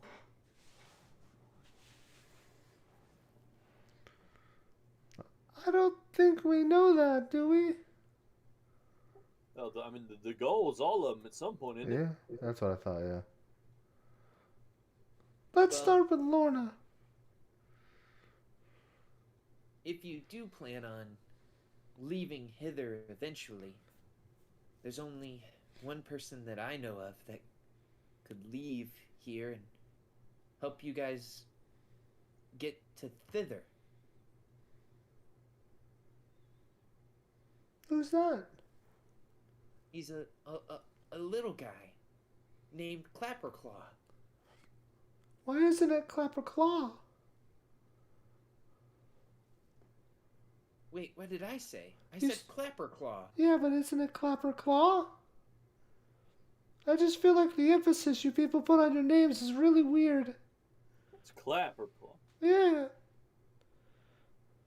No, I think she said clapper or claw. Yeah. See, now I'm just confused. Well, I think he's called that because he's got crab claws for hands. And he claps all the time with his claws. Possibly. What was his Christian name? Who's Christian? I heard Whiskers say that once. Yeah, he couldn't always been named Clapperclaw.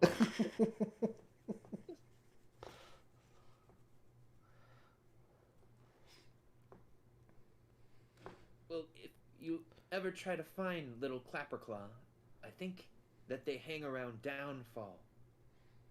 Downfall? No kidding. What race is he? Oh, he's a tiny scarecrow with crab claws for hands. Nice. Okay.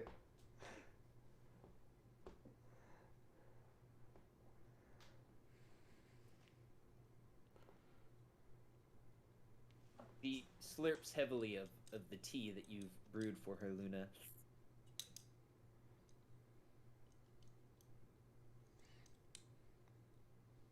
It was a blessing that you... Wait, what'd you say, Luna? It's hot. That's the best way to have tea. I don't know if I could handle cold tea right now.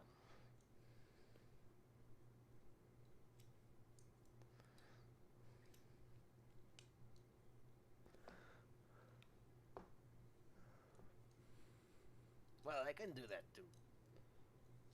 If you have eyes. I have eyes. I got 3 of them. I would say 2.5. That's fair.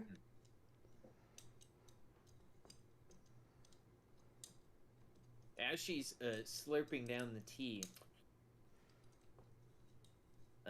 she kind of stares at you guys and says, "Ooh, I have one more thing I can tell you, but you gotta promise that you won't tell anyone that it came from me." Deal. I She promise. looks at you and says, "I accept your promise." And Pally, you feel like you just entered into a Fey contract with someone. That's what I thought was going to happen. Okay. And she says that Lorna, she's allergic to something really weird. She's allergic to people running widdershins in her presence. Widdershins. Okay. What are widdershins? Do you all know what that is? I've never heard of it, I don't think. It sounds like people who get really wet shins. They're widdershins. See, that's what I thought too, but that isn't right. You see, that's when you run counterclockwise. In a circle? Mm-hmm. Are you sure it's not wet urchins? I'm sure it's not wet urchins. You said widdershins. Widdershin. Oh, widdershins. Okay, counterclockwise. Is that right or left? Whiskers? It's upside down. Okay. Oh, okay, I got it. I don't got it. It's right. Right. Right. Right. Right. Yeah, left. Yeah, you're left. Right. No, you guys. Widdershins directions means a direction that's contrary to the sun's course. Or it's considered unlucky and it means counterclockwise. Right. You can also say left-hand-wise. Right. Right. Is this like lefty loosey, righty I tighty? may be allergic to somebody walking in circles the opposite way. Devik will turn to you and say, do you just carry a dictionary with you wherever you go? That might sound dumb sometimes, but I'm not always. She's charisma based, so it confuses me sometimes too. Exactly.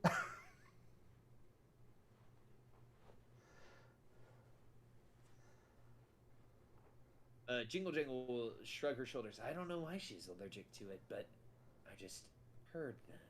So, if you guys are ever in a pinch, just start running widdershins in her direction.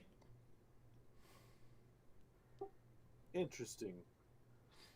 She's just give her hives or like deathly allergic. Oh, I don't think deathly allergic. That would be pretty crazy. I mean, it's crazy that it happens at all. So Ever since I was little, whenever I would do my Cabbage Patch dance, and he starts doing it, I always do it counterclockwise. I don't know why.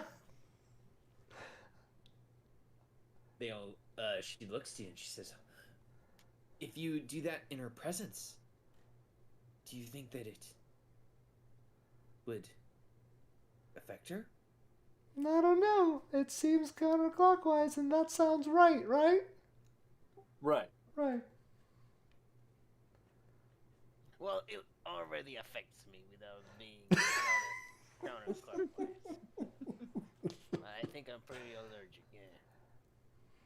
I'm feeling itchy.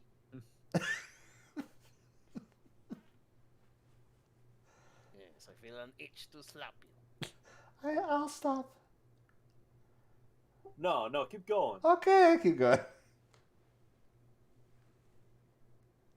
Well, Jingle Jangle appears to just be organizing her keys now. Just waiting for you guys to ask her any questions, or if you guys need any more information. Or to literally leave. Well, Jingle Jangle, it's been nice to meet you. It was nice to meet you guys too.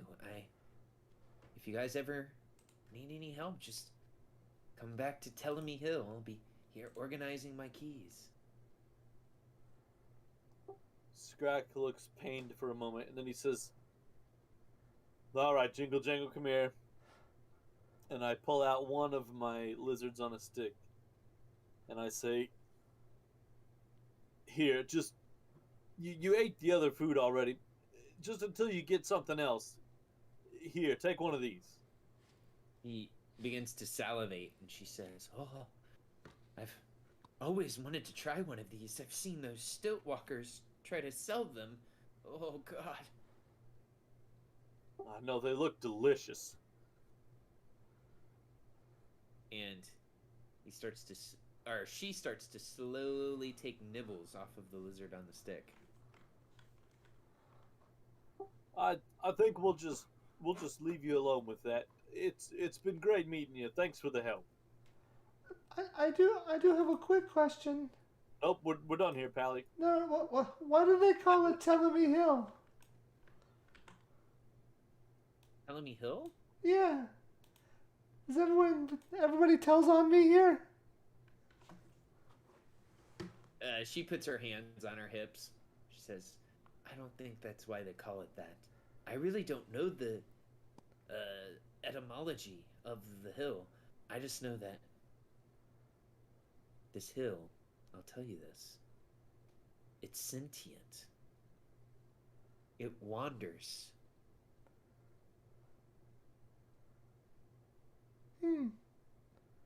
So I have to be careful if I leave my cabin. That way I can make sure to find it. Oh, that's bonkers. Okay, that's cool. Oh, LOL.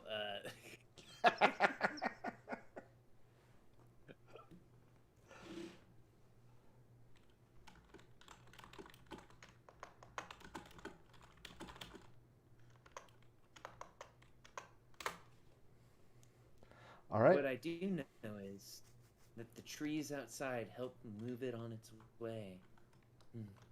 I love the trees. Anyways, it was nice meeting you all. I've got my keys to organize.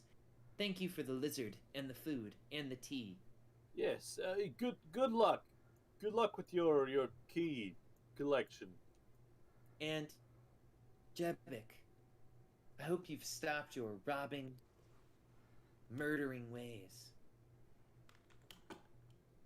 I think I can convince her to be a more harmless individual. Yes, she's using a very interesting strategy. It's the old carrot and the stick. Ooh, got you. Hey, whatever works, you know? Yeah, it could be a cabbage and a branch.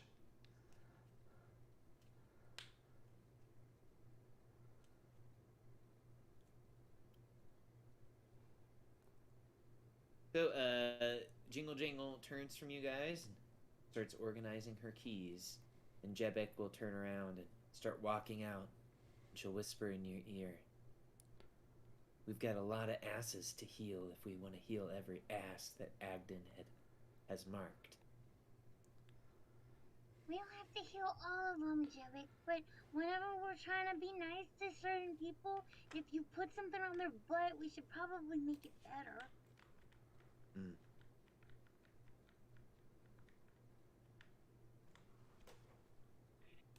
She shrugs. She says, "It's just like his thing. I don't know why he does it. He just likes to take out his brand. It heats up with magic and then sizzle, sizzle, sizzle." Well, you're with us now, so we can move forward from there. Yes, yes, yes. And as you guys are moving out of the hill and down, the group of animated trees approaches you guys.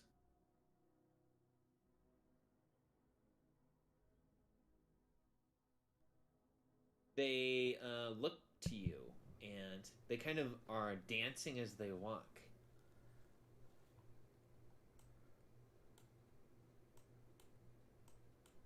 And they approach you, and they say, "Oh, hello." And they kind of lean down from their huge height, and they say, "We have something for you." Ooh.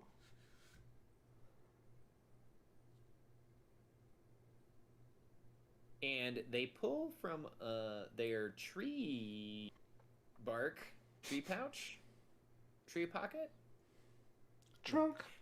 their trunk, their tree hole, a iron key.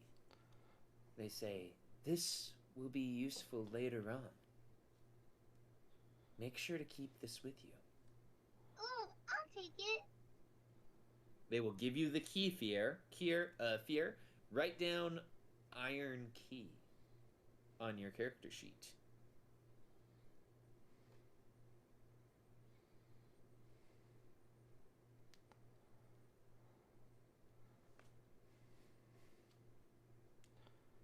Thank you. You're welcome. Anyone who helps out Jingle Jangle is a free friend of ours and a friend of Telemy Hill. And the trees will part ways for you guys, and you guys can head on out. We'll be seeing you around. I'll say, we hope to see you later.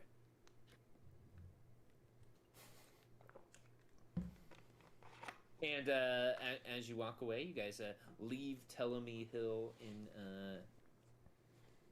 in the dirt behind you, in the dust, and let's go back to Hither.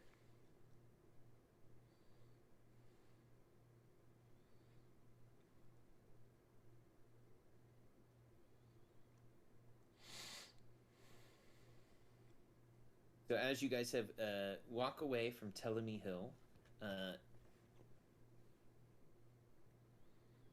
Jevik will look to you all and say, so what's next? Well, I keep hearing everybody talk about Downfall, so we should probably go there. She nods. If we want to go to Downfall, we're going to have to travel to the north and to the west. And we'll have to go through the Brigand's Tollway to get there. I thought Jingle Jingle said we probably shouldn't, but I think with all of us, no matter what happens, we should probably be okay, maybe, right? Yeah, I think it kind of just depends on how the DM sets up the encounters, really. She nods her head. Yes, yes.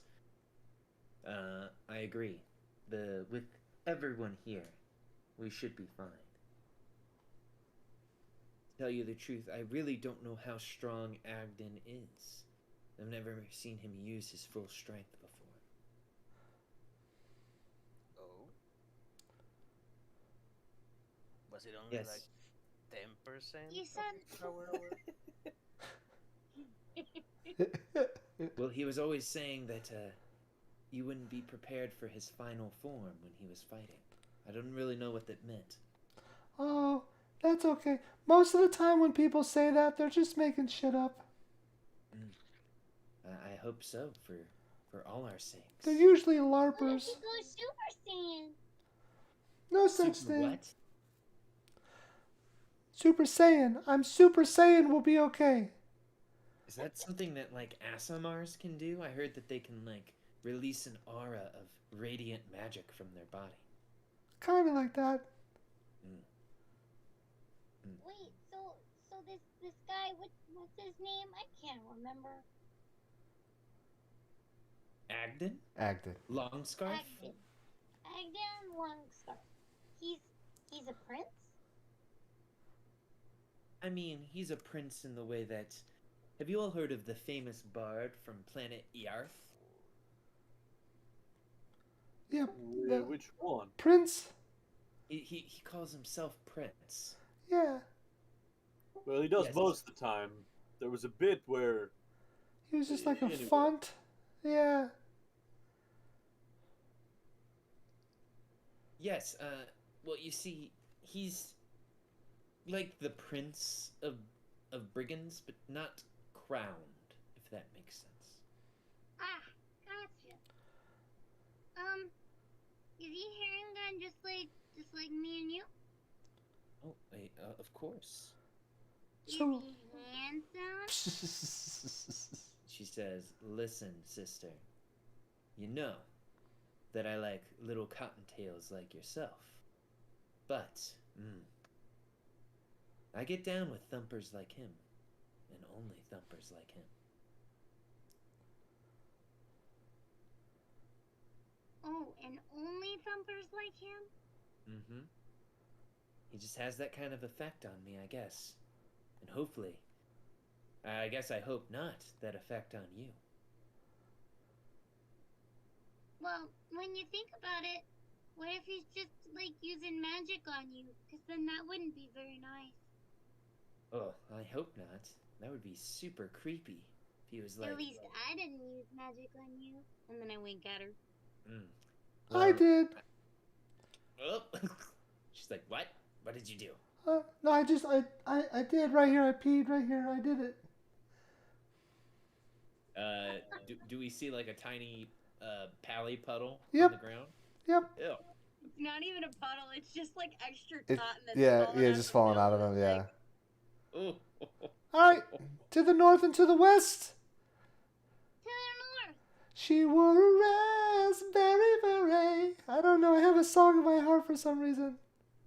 Oh man, now I have to drop Prince into the campaign. R.I.P. Pally looks behind him and he can see the prince he's leaving behind him. So, as you guys begin to travel, it is not long before you encounter a well. So let me take you guys to the well. Little red cuvette. Oh man, I love Prince so much. Oh, it's so good.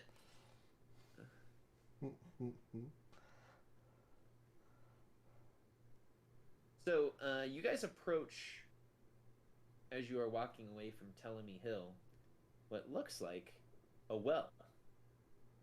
Bubbles are coming up from the swamp. There is fog ever present in the air. Birds, bats, and frogs are jumping and flying through the air, but floating around the well, you see floating lights that look very much like this. Ooh. Well, well, well. Will. What do we think those are?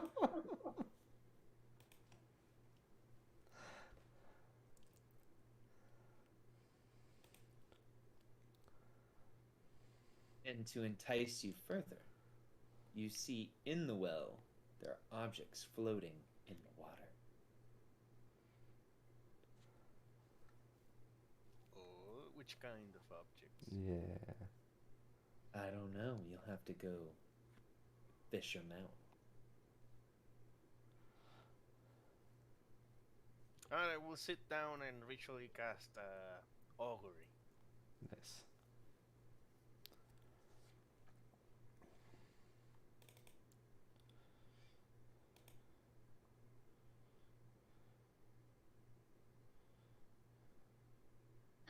I'm gonna cast Alter Self and use Aquatic Adaptation. And then I'm gonna jump in the well and get everything out. I will tie a rope around her as she's jumping, I guess.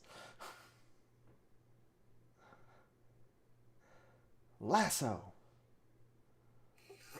I cast lasso. Okay, so you have lassoed our Harangon. Actually, I'm sorry. I heard Luna say something, but I couldn't quite hear what he had said. So what did you say, Luna? Because I don't want to ruin anything that you were doing. I was gonna ritually cast augury, but I guess if you jump in, it doesn't matter anymore. Okay, no. Tell me what that does, because I didn't hear that part. So I get to ask a question, which is basically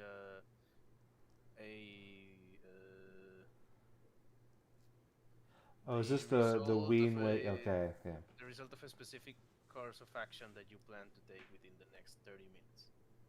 So we could ask something like, what happens if I scoop the items up from the well? Yeah. Okay, let's do that before I take off and do silly things again. What? So I'm we not can gonna be pretend I didn't hear that. suiting you up and tying you into your into rope a harness while yeah. he's doing this. Yeah. All 7 and we'll watch them fall.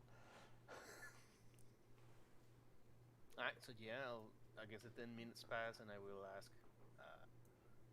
I will tell the whatever deity wants to answer that I will scoop items from the well. I hope it's Lyra. She's great. Okay, and let's see. Step away, I'm loving, and we'll smoke them all. This is wheel, woe, or both. Correct? Yeah. Or nothing. You get the result of woe. Ooh. For scooping the items.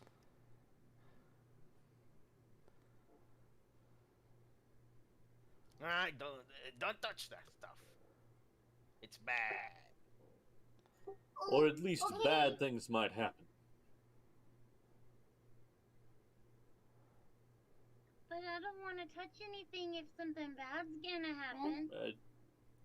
Then don't. But look No, leave it alone.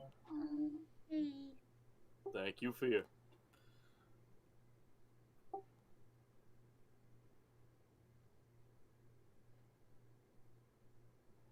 All right, I guess we're moving on.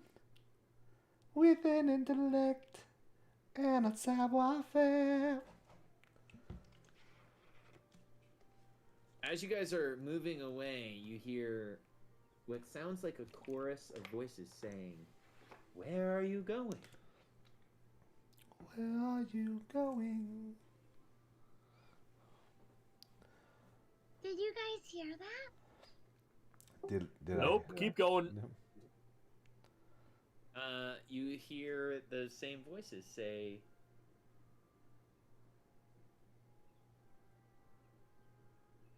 "Are you here to see the well?" Nope, we're here to pass through. Yeah, we were just leaving.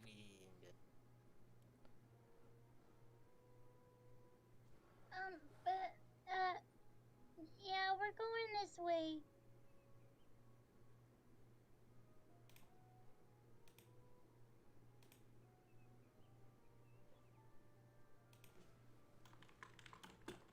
They say, "What are you here to do?"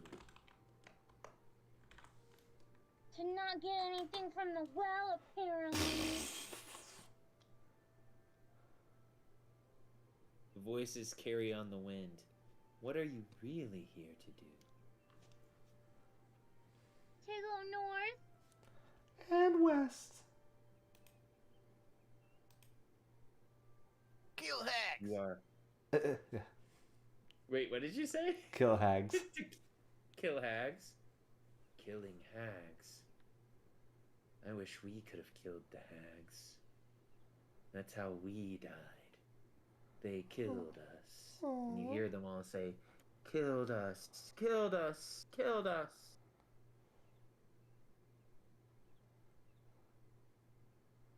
And they begin kind of floating around you guys. Well, in that case, do you have any advice for us, or? Stab them, choke Yep. them, put them in a stew, staple their eyes shut. That'll do. And you hear them say basically incredibly violent things over and over again as they float around you guys. But it's okay because they said it in rhyme. We were hoping for something a little more concrete, like we had some intel that if we just turn counterclockwise, that it'll make one of them allergic. Uncomfortable. Give them the Yes. I squirts. don't know. Seal them in concrete. Seal them in soil. Even turn water up in their bath, the temperature of a boil. So, if I get something from the well, can that something help me destroy these hags? Come here, little Haringan. Let me touch you. Our power will flow, and undo them, will you? Hmm. I don't know about that. And it's starting to swirl around you like a glow stick. I don't like that lights. I guess if they're swirling around me, I don't have much of a choice but to stand there. Devik says, "Don't touch them. They're probably a trick. You know what those things are. They're will-o-wisps." Oh, they're the things in Brave. He says, "What?" It's a play.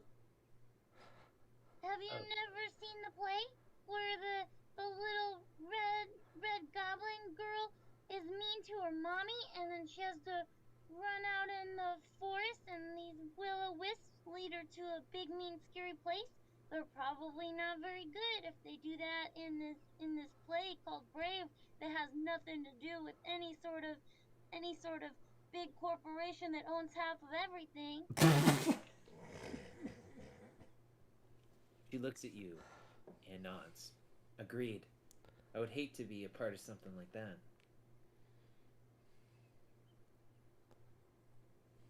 I mean, just imagine if I had to be subservient to some type of mouse or something.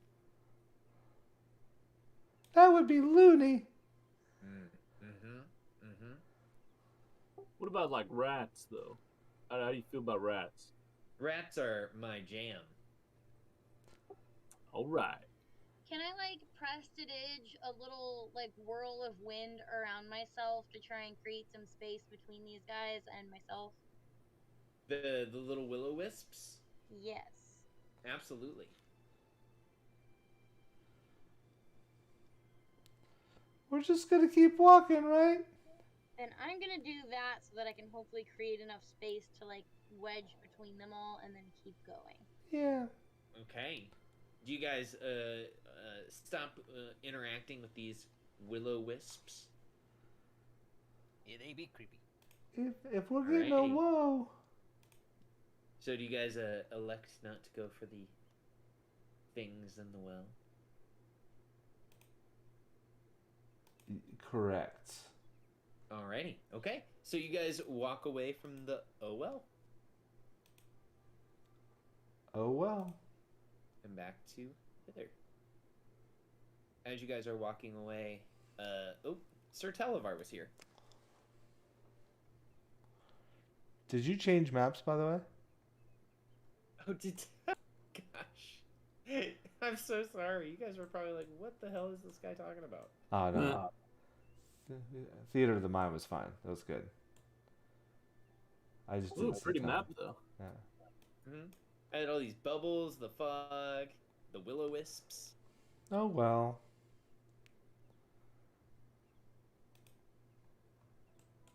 Oh gosh. I'm a goof. Okay, so you guys go back to the hither map.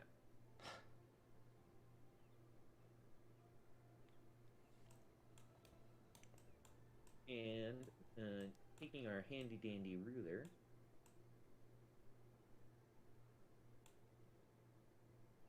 is roughly 18-mile journey from your current location to the Brigand's Tollway. So, before we enter another travel segment, let's go ahead and take a quick break here, guys, so that we can bio break and grab a drink. So I'm going to set an alarm here for 5 minutes. So let's take a 5-minute break to do that, and then let's come back.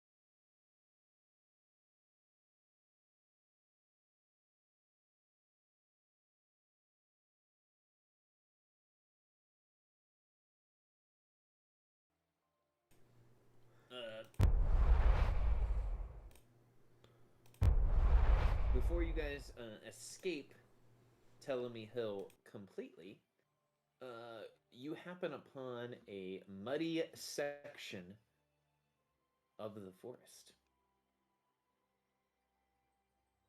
And let me take you to that here in just one moment. This music is magical. So as you guys are walking, 5 creatures erupt from the mud that almost very look like this. Or like this, if we were to see their whole art. A Mephit! And as you pop up, they hold their hands up and they say, "Wait! Before you pass, we have some important questions for you."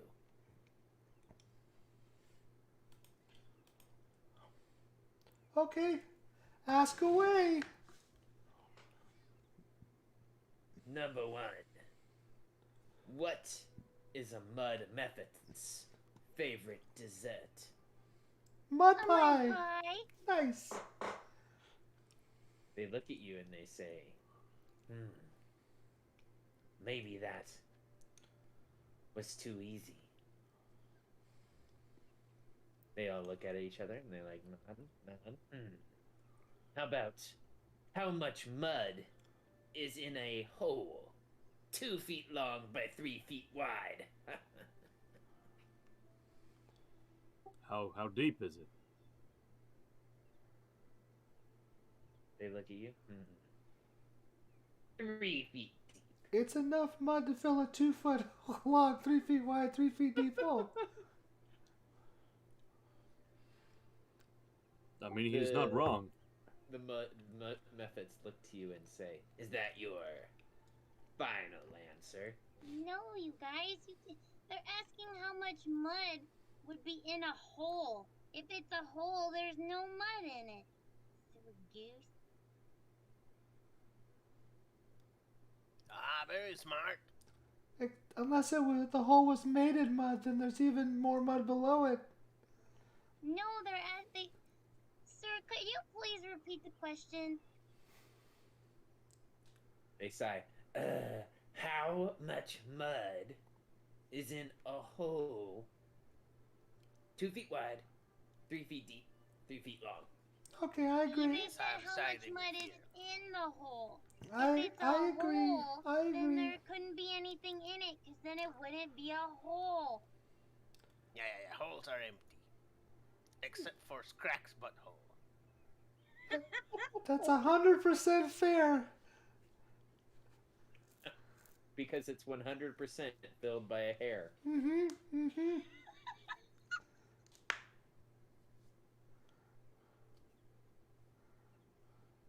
Yes, it's empty. There's no mud. They look at you and they go, You're correct. The mud hole is empty. They'll look at one another. And the mud Mephits say, usually the first question stumps the people that come past us. And then we, beat them up and steal from them, because we think it's funny. But you have answered 2 mud-related riddles. So you don't have a third because you've never had anyone get this far before. We haven't. And we feel like mud riddles are a very hard thing to come up with. You should ask us what your favorite drink is. Because it would be a mud slide. Yeah, that's right. How did you know? Because it's their favorite drink, Pally. Come on. Why wouldn't they know their own favorite drink? That's fair. How much mud would a mud Chuck. Mephit mud if a mud Mephit mud? What? It's mud. Oh. Wait a minute. You see the mud Mephits are confused. So you said you beat people up and steal their stuff if they don't answer the riddle, right? Yes. Does that mean we get to beat you up and steal stuff from you? They look worried. Those are the rules. They say, you don't have to try to beat us up. I mean, we could have anything in this mud waiting. We could even have backup. That would Yeah, be but I cheating. know all about mine. We wrestled in it last time. Oh, let's not do that again. I don't think my heart can take it. Jebek says, yes, I feel like that would be fan service at this point. Yeah, right? Yeah, probably. By And I the- don't want to get my skirt dirty again. By the way, do any of you mud muffets, if you actually clean that mud off, do you look like Gadget from Rescue Rangers by chance? They all look at one another and they say, no, we look like old men with really elongated noses. Alright, you're right, Luna. Let's kill him. Wow. And the mud method say, that's it. Georgie, get up here. And this terrifying creature crawls up from the mud. Kind of looks like this. Ooh. That's cool. Alright. And Georgie roars. Alright, Whiskers, you were right. It wasn't just the 5 of them. I take 100 gold out and I hand it to Scrack. You win. Thank you. And the mud Alright, we'll methods just go. look at you and they say, are you sure? I thought you said you wanted to beat us up. No, we were just playing a game. He always wins. He's smarter than I am. It was a riddle, just like you gave us riddles. All right. Are you sure? 100% Georgie here said- positive. Says if you want to try to beat him up too, you could. Nah, I don't really think any of us want to beat anybody up. We just want to pass by very nicely. Well, before you go, I've got one more for you. Ooh. This one, it has nothing to do with mud. So you might not get it right. That is all I know. Okay. Do you know what you need to do if you ever get summoned for jury duty? Wait. Yeah, you go, you show up, and you participate like a good citizen. No, you gotta tell them that you have a huge cock. 'Cause of my farm and the roosters? No. No attorney wants a hung jury. Hey! That's pretty good. That's pretty good. I'm not seeing the mud angle here. Not everything has to be about mud, Scratch.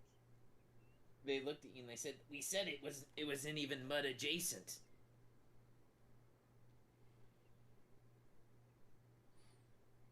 I thought that was just misdirection.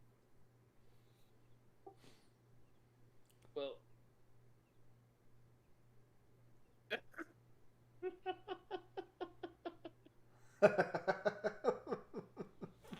that's interesting. And they look at you, Scrack, and they say, I think that we've got some advice for you. Just based on how you're walking. All right, what is it? Well, they say that frequent oral can make your whole day, but frequent anal can make your whole week.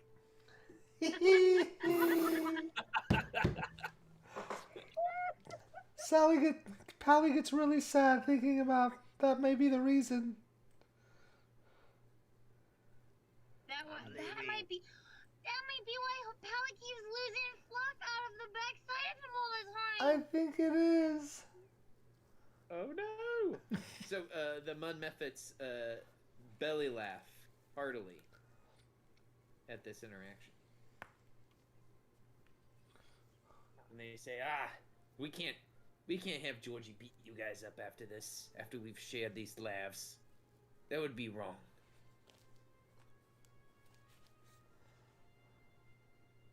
Georgie just goes, ugh.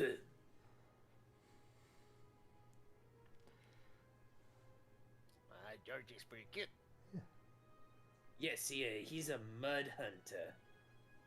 They're a species of monstrosities that live here in Hither. They're pretty useful. Nice. Mm-hmm. I just have a donkey. Does your donkey have a poisonous stinger? No. Can he swim in mud? No, but he spits some people. He goes like... It does. Cue to your donkey like spitting on Athru. Nice.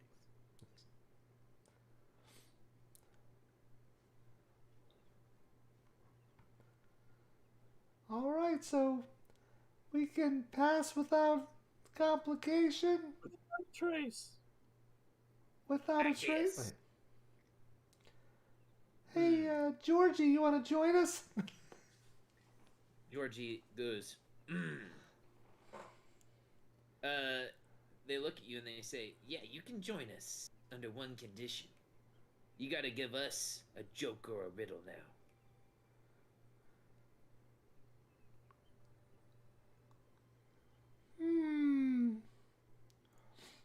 Why do all cops like little red Corvettes? They all look at one another, confused. Why do cops like little red Corvettes? 'Cause they're always looking for Prince. See, I didn't find that as funny as me telling the rat about his weak anus. Me neither. You didn't say it had to be a good joke. Maybe you guys have this where you come from, but here in the Feywild, when certain mud methods have trouble conceiving, we go to the method sperm bank. Do you have something similar where you guys are from? No. Well, whenever just go with it for a second. So Okay. you see, they contain our genetic material there. Anyways, I went there the other day, and when I walked out, the receptionist at the front desk said, "Thanks for coming." Gross. All right. Well, thank you all for. Oh, I got one. Why can't a leopard hide? Because it's always spotted. Yeah!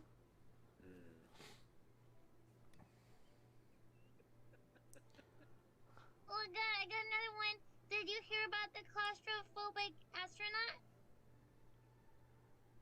No. What about the claustrophobic astronaut? He just wanted a little space. I like her jokes better than yours, Geppetto. How come no one's ever heard a pterodactyl use the bathroom? The P is silent. Yep. But what about when they take a shit? The oop is silent. Look, wait. This one is a foreign joke. What's the best thing about Switzerland? What's a Switzerland? It's a faraway land. Just go with it. Tell me about Switzerland. They like cheese with holes in it, and it's Switzerland. All right. Now, and what were you gonna tell me about it? What's the setup? Okay, so the question is, what's the best thing about Switzerland? What's the best thing about Switzerland? I don't know, but the flag is a big plus.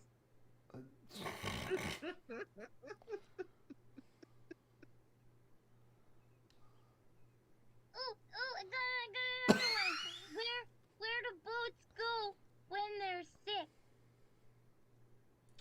The dock. Do boats go when they're sick? To the dock? Yeah. That was pretty good. Well, what's the difference between a joke and 3 rocks.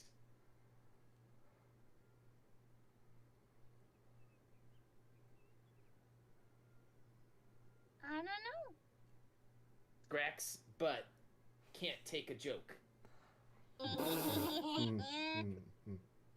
Who's Scrack?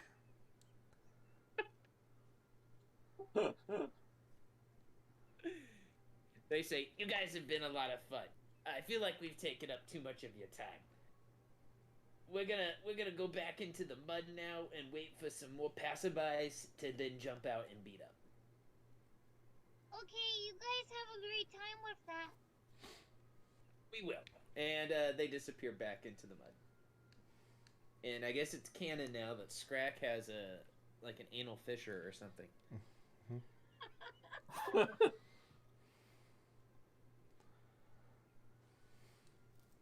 Where he hides his sword. I mean, no. and I hear lots of rodents pack their cheeks, so. Ooh. Alrighty. So.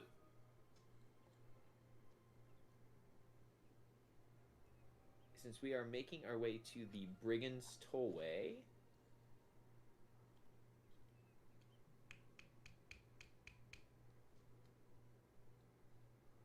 You seen? Your companion, Jebik, will begin to tell you a little bit about it. She'll tell you essentially it is a long series of plank walkways that have been kind of like conjoined together that all lead in and out of the giant stump at the center.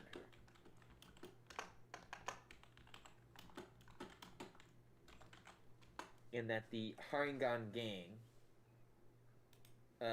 uses it as essentially a way to bounce in and out of people traveling through it.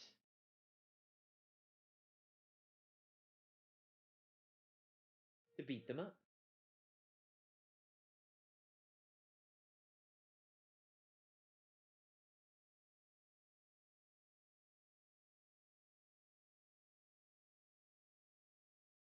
And this was the Brigand place?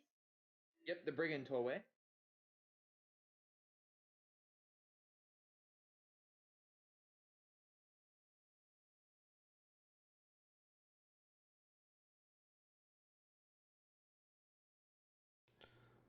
Okay.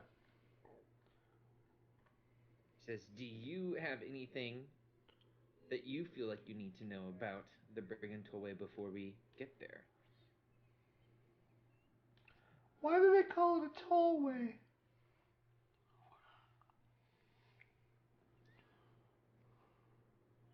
She kind of laughs and says, well, you can kind of think of it as no matter where you're going in hither, when you pass through this tollway, you are going to have to pay for your passage. Unfortunately, it's usually not because you want to pay or that you are willing to pay, but because you are robbed. Oh, what's a brigand? She looks at you facetiously and says, haha, like you don't know what a brigand is. Yep, got me there. And she looks around to the other party members. Does he not know? It's Pally. I wouldn't be surprised if he didn't, but... Yeah, we don't know about him sometimes. Yeah, he's weird. It's like, wait, was he just in the third person? Who?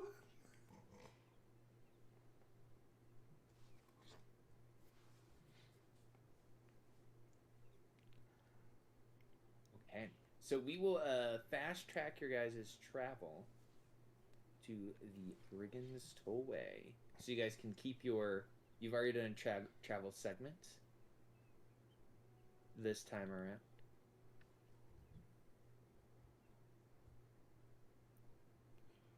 Yeah, we still have our nat 20, by the way, guys, so don't forget about that. Oh, Oh yeah, I did forget about that. Oh, and I was just checking out the map just to make sure it was set up correctly. It is not. Just give me a moment to make sure it is set up correctly. Otherwise, it's going to look very strange. It's the Feywild. That sounds like it's right up our alley. What's this guy's name again? Agden Longscarf? Agden. Yeah, Agden. Out of character, I couldn't remember his name either, so. Soon, the things affecting you become reality.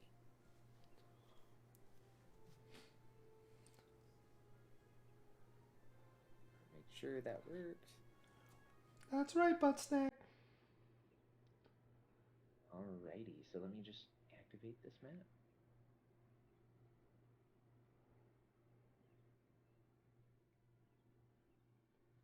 So the journey takes you guys a few hours to get there, but thanks to your Haringon ally Jebek, she's able to lead you to the correct location. As you guys approach the tollway, you see that the gangplanks kind of lead in and around these giant pockets of mud, water, and plants. The tree, or stump as it was, is located near the center.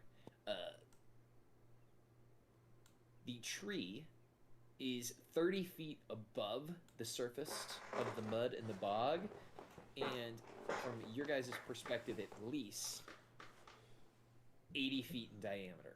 Ooh. So, what you guys can see as described, the foggy marsh stretching out before you, a causeway made of wooden planks form a wide web-like structure above the bog, and then 300 feet away, many of the causeways converge on an enormous, ivy-covered tree stump that rises 30 feet above the 20-foot-high fog bank that enshrouds it. As you guys approach the causeway, Jebek will tell you, be careful around the planks. They are quite unsafe. Some of them are missing nails, some of them have been purposely tampered with. You could end up falling into the bog without knowing it.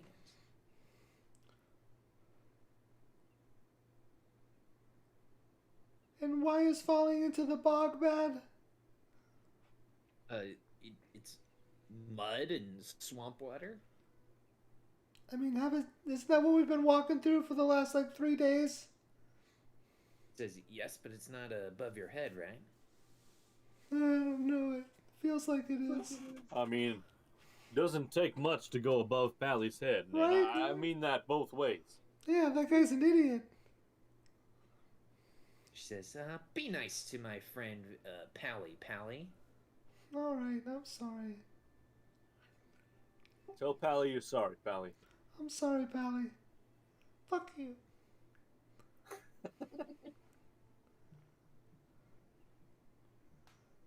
So, do we go lightest first, or what's the plan here?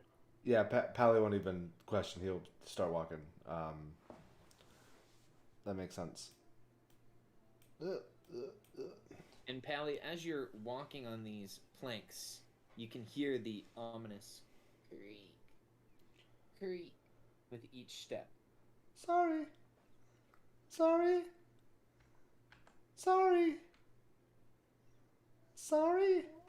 This whole scene reminds me of the part in Labyrinth where they're trying to get through the bog. Yes. Yeah. This adventure, meta perspective, I feel like draws from many different sources. And I feel like Labyrinth is definitely one of them. Legend? You think Legend is one of them? Absolutely. We just saw those trees, so we know Willow's part of it. And I get heavy int vibes from that section as well. I will, I guess, try to pay attention to what I'm walking on here and try to point out anything that seems like I only weigh like 6 pounds or something like that, so I can try to see what seems super unstable, to maybe point some stuff out with my 8 intelligence. Absolutely. Jebek begins walking behind you. She says, "Come on, everyone. If you just be careful, you won't fall in." Do I leave the wagon here?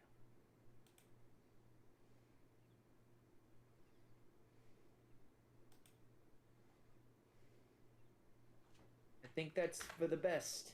I don't think your donkey will fare well in the bog. Now be nice. He's done very well so far. Goodbye, donkey. I'll pick you up later.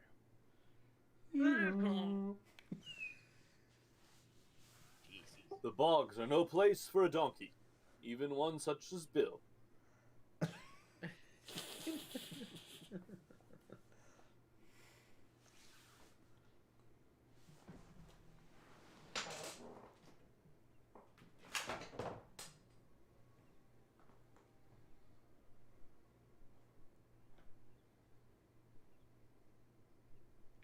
Are you guys walking kind of spaced out, or are you guys moving together as a group? I think we're going to be spaced out. I'm totally spaced out.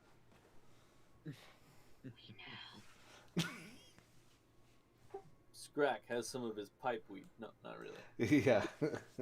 I keep waiting for Fier to tell us that she starts to indulge in the black, dusty mushrooms. So, as you all are... I feel like Go I ahead. will know when to use my pipe weed or my dream flakes. Like, I'll just know. That's fair.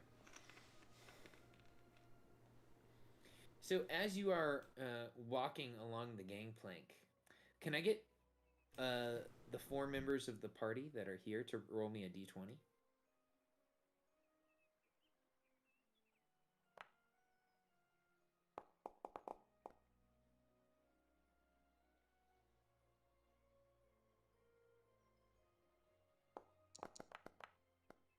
Alrighty.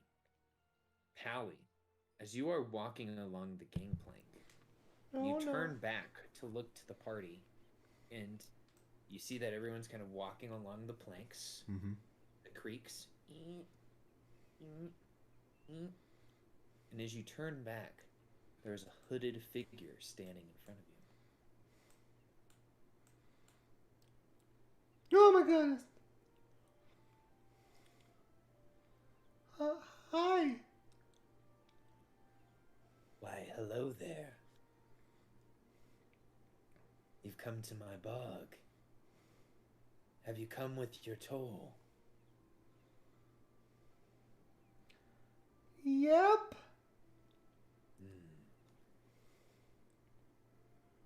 I hope it's something that's worthwhile. And as he says that, you begin to hear bagpipe music. Oh, that's horrible. Music of the gods. And it's like someone's about to start playing a long string of Dropkick Murphys. Yeah.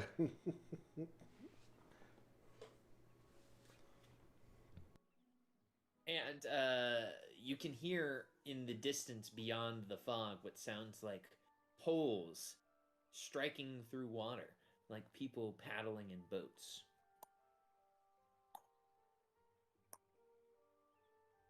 The cloaked man throws off his cloaks and reveals himself. Gross. And let me reveal what he looks like. you see a Haringan wearing a long blue scarf. In his hand, he holds a burning, hot brand. Okay. Oh, Brandy. I was looks at wondering you. if we'd meet you. He points his brand at you. He says, "My name is not Brandy. I am Abden Longscarf.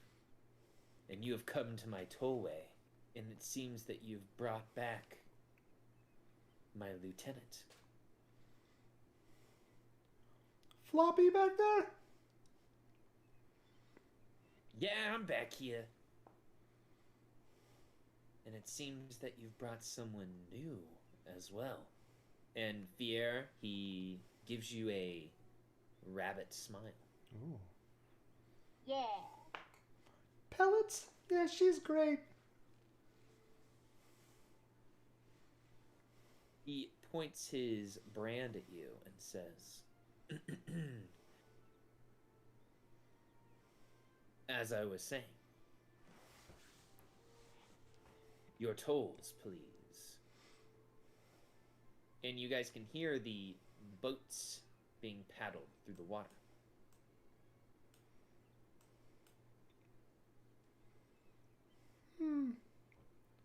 In the What is boats, the toll to cross the bridge?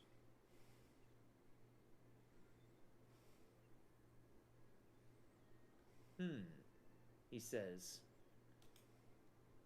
"Jebek, do you have my gourd?" And you guys did give Jebek back the gourd, correct? Or did you guys take that from her? I think we held on to it, if I remember correctly. I could be wrong. She would, I think if you guys have it, she would say, "I don't have the gourd any longer, Agden. My new party has it." You see Agden looks incredibly annoyed at this new news and says, "Let's start with my gourd back, please." Scrack looks at him and says, "Seems to me like," and he puts on his sunglasses and says, "You're out of your gourd." And he says, "Interesting. A rattling here in my tollway."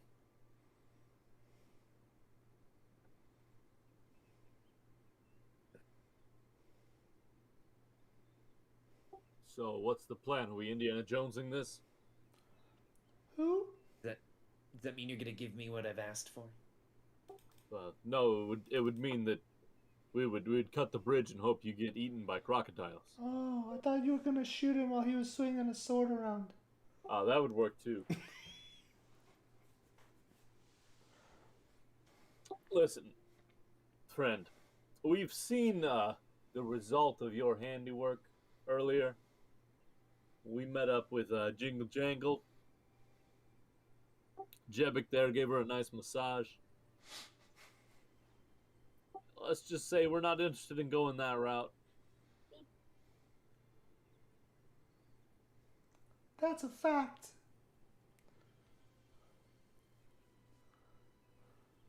He looks at you and he says, "Well, it sounds like I need to give you something to remember me by then. A little mark.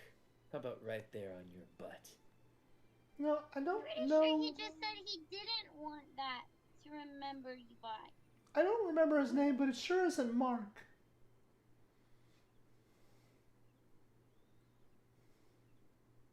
And finally, after taking them forever, you see that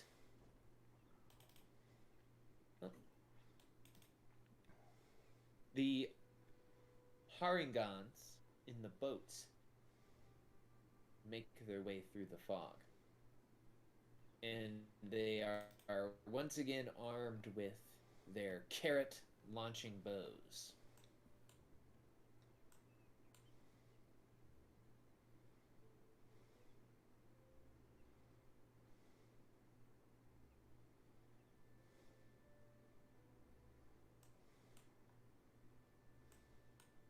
Agden will say, just so that we're clear, I want my gourd back, and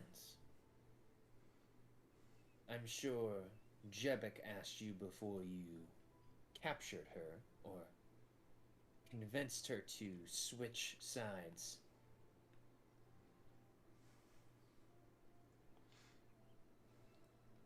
I want your happiest memory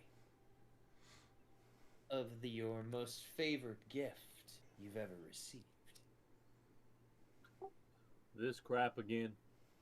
Look, I didn't want to do it the first time, and I don't want to do it this time either.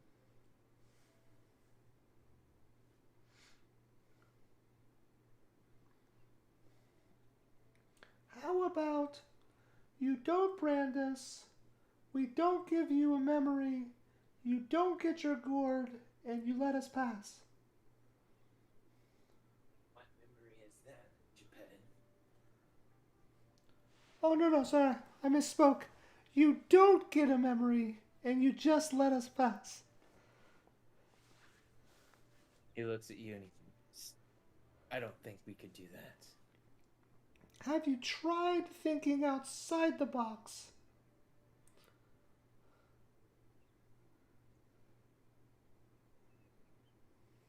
Maybe I can convince you to let us pass. Oh, and how do you plan to do that?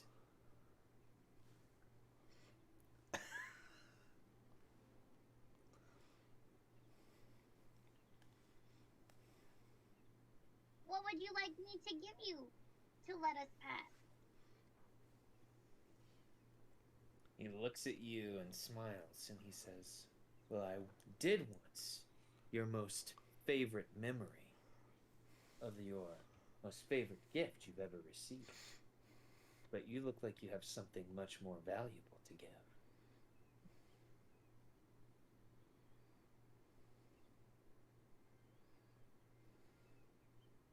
Would you agree? I just want the safe passage of my friend. As long as that is guaranteed, then I think we can come to some sort of agreement. He says, well, I could use another brigand in my crew. I'm sorry, but we cannot stay here with you. Tell you what, we know that somewhere in this here hither, there's a particular air genasi. Fondness for eyes. Maybe you should go try to recruit her.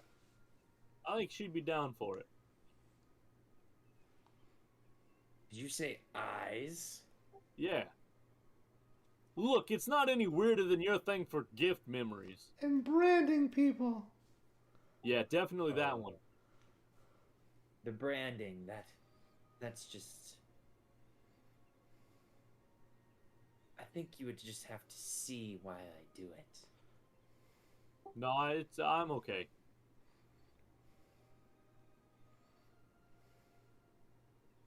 You see this little pixie stick here? It was a gift from old slack-jawed Lorna.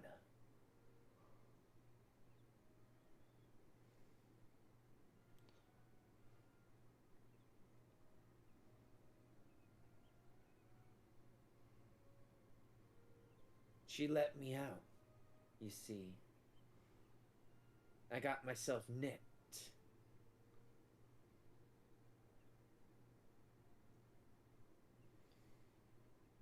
Oh, give me 1 second, guys. I can hear my dog barking. I'll be right back. Yep.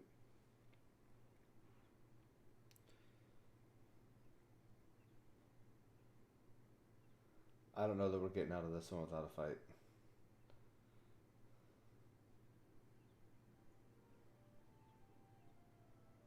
Oh, you don't want to fight? Well, you just gotta give me your memories there, little Geppetto. You don't even have your gold.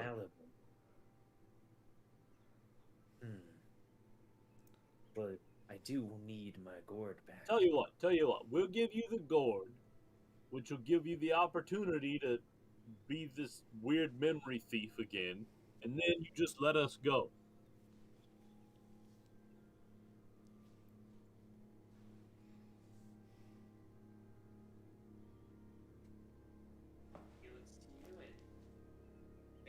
persuasion check.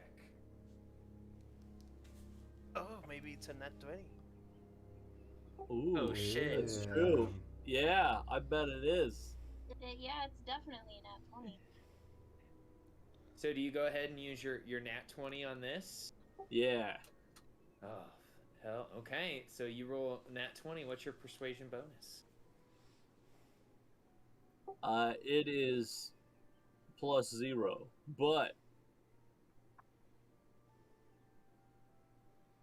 I'm gonna add my inspiration too. Oh yeah, 21. Agden looks at you and says, "You all drive a hard bargain, but..." Okay. You can pass my tollway, and just ask for my gourd back. After we're through. Soon as we're on dry land on the other side of this bridge here, I'll give you back your gourd. He says, "Okay." You go through the gourd, or you go through the causeway. We'll be following close behind. When you pass through to the other side, you'll give me my gourd back. Sounds fair enough. And he hops, and as he hops, it's almost like he misty steps onto one of the boats.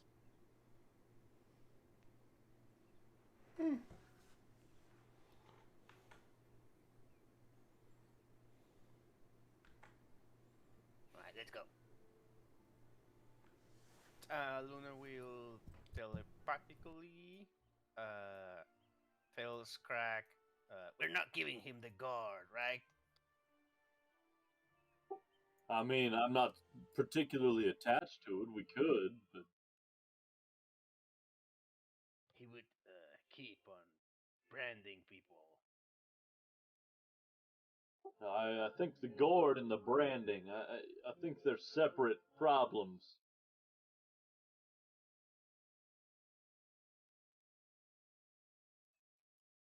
Hmm.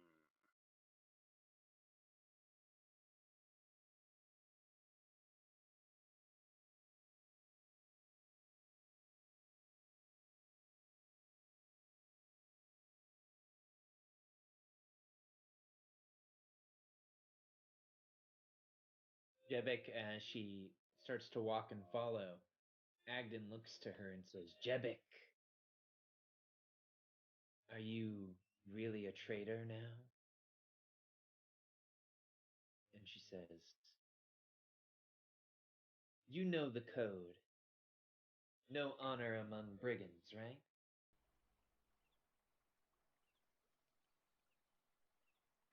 And you all can see that his brand is glowing a bright red.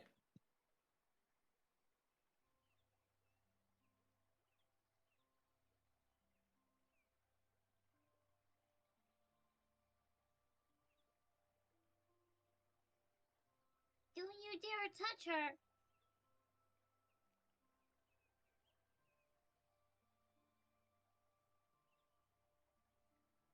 He looks and says, "What's the attachment here?" She's my friend. "Well, you see, your friend used to work for me, bringing me all sorts of memories and things back that we could add to our hoard, and of course, that I could give to our patron."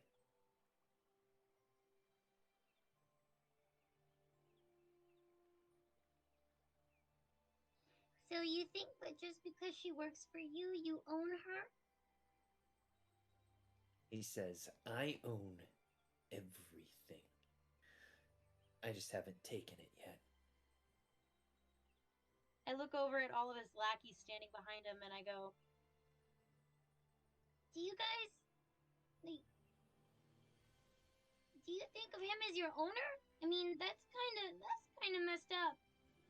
If anything, your boss should be like a friend to you and want to lead you, not be cruel to you and mean to you, you guys should seriously consider a new profession.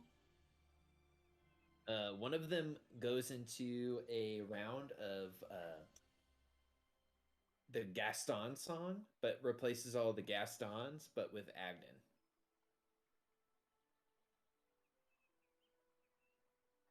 Nice. That checks out. Yeah.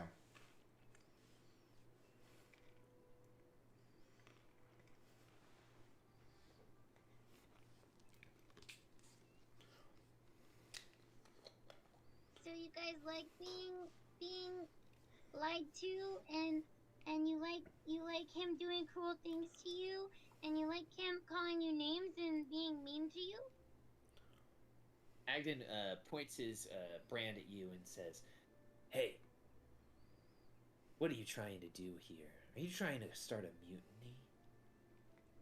No, These I tarring just think guns." it's cruel that you talk to your supposed friends that way.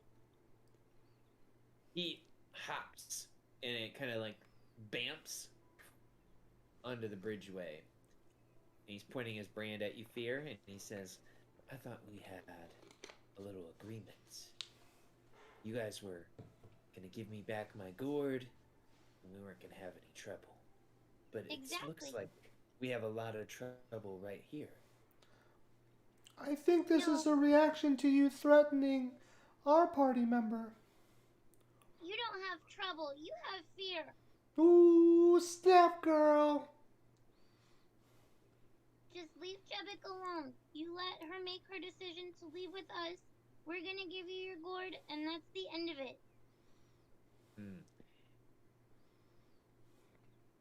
Fear, give me a intimidation check.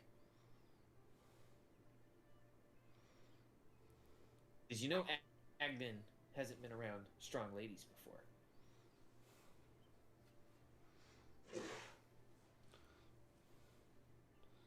Okay, let's see what you get here. Oof. He looks at you, and he takes a step back. He says, you know what? Whatever. And jumps back onto the boat. And you see he kind of crosses his arms indignantly. Not Come on, able Jebek. to meet your eye. And Jebek will hold ears with you. Oh.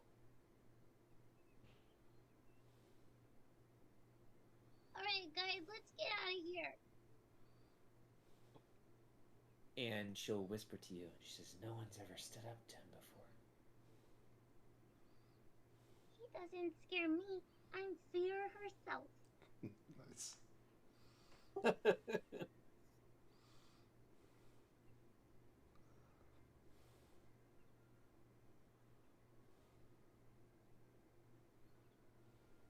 I assume Well, at you this guys are- point we cross the gangplank and leave.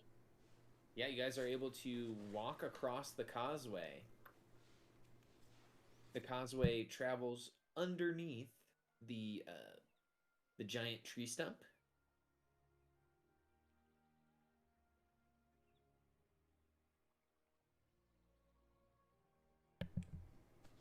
And you are able to make your way to the outskirts of what looks like a town. And as you approach the town, I feel like this is the perfect place to end for today as you approach Downfall. It's downfall. Downfall.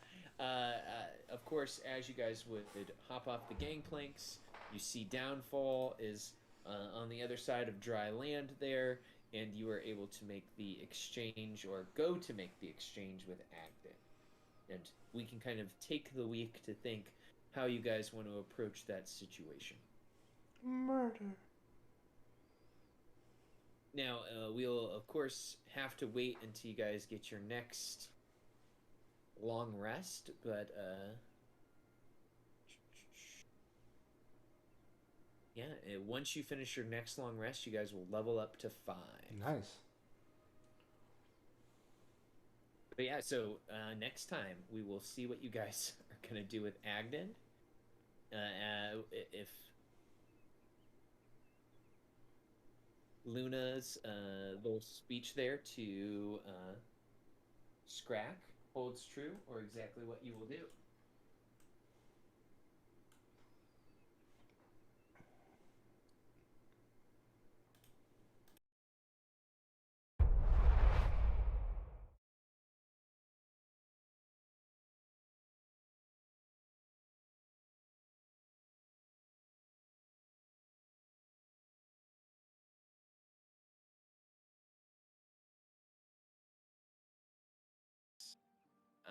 I think Nathan, you asked me, and I don't remember if or Ari asked me how many sessions this game was slotted to last. This campaign, I think, is actually going to go quicker than what I thought it was going to go, but we will see. The greatest, really. It's probably because we spend most of our time trying to actively avoid anything that Orf presents to us. Hey, you see this cool well with shit floating in it? Do you want any of it? Nah, fuck you, bye. 40 sessions in Nitros. So, like I said, we will focus on that section next time, starting with Agden getting his gourd back, and then you guys can travel into Downfall. And Downfall. Where is this even coming from? This little verbal tick you've got going on.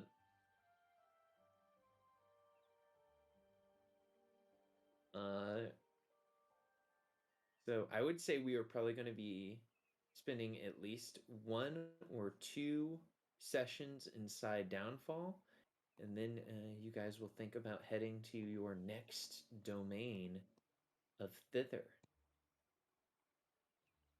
Perfect. So once again, if you guys have any critiques, criticisms, or ways that I can make the game better, we can go from there. If you guys don't feel comfortable sharing that in the chat, that's all right. Just DM that to me. I'm trying to think of any announcements. February is not a super holiday month, and as we've learned, I think I'm the big holiday guy, so I've already planned for something for my wife for the 26th. So we won't have anything interrupting the games until then. Okay, so any questions, comments, concerns, or announcements before we adjourn for the evening?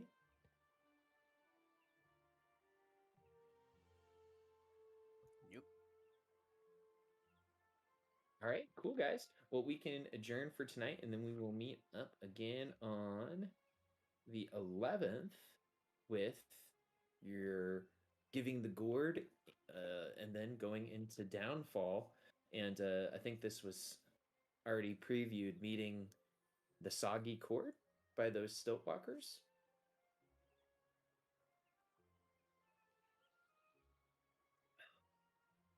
And I'm sure Prince will have fun because the Soggy Court is completely made up of bullywogs, and they are grown. So differentiate between the two. I don't know how you do it.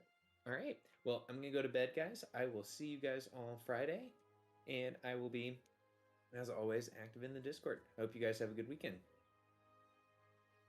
And Lucy and Goosey, stay safe.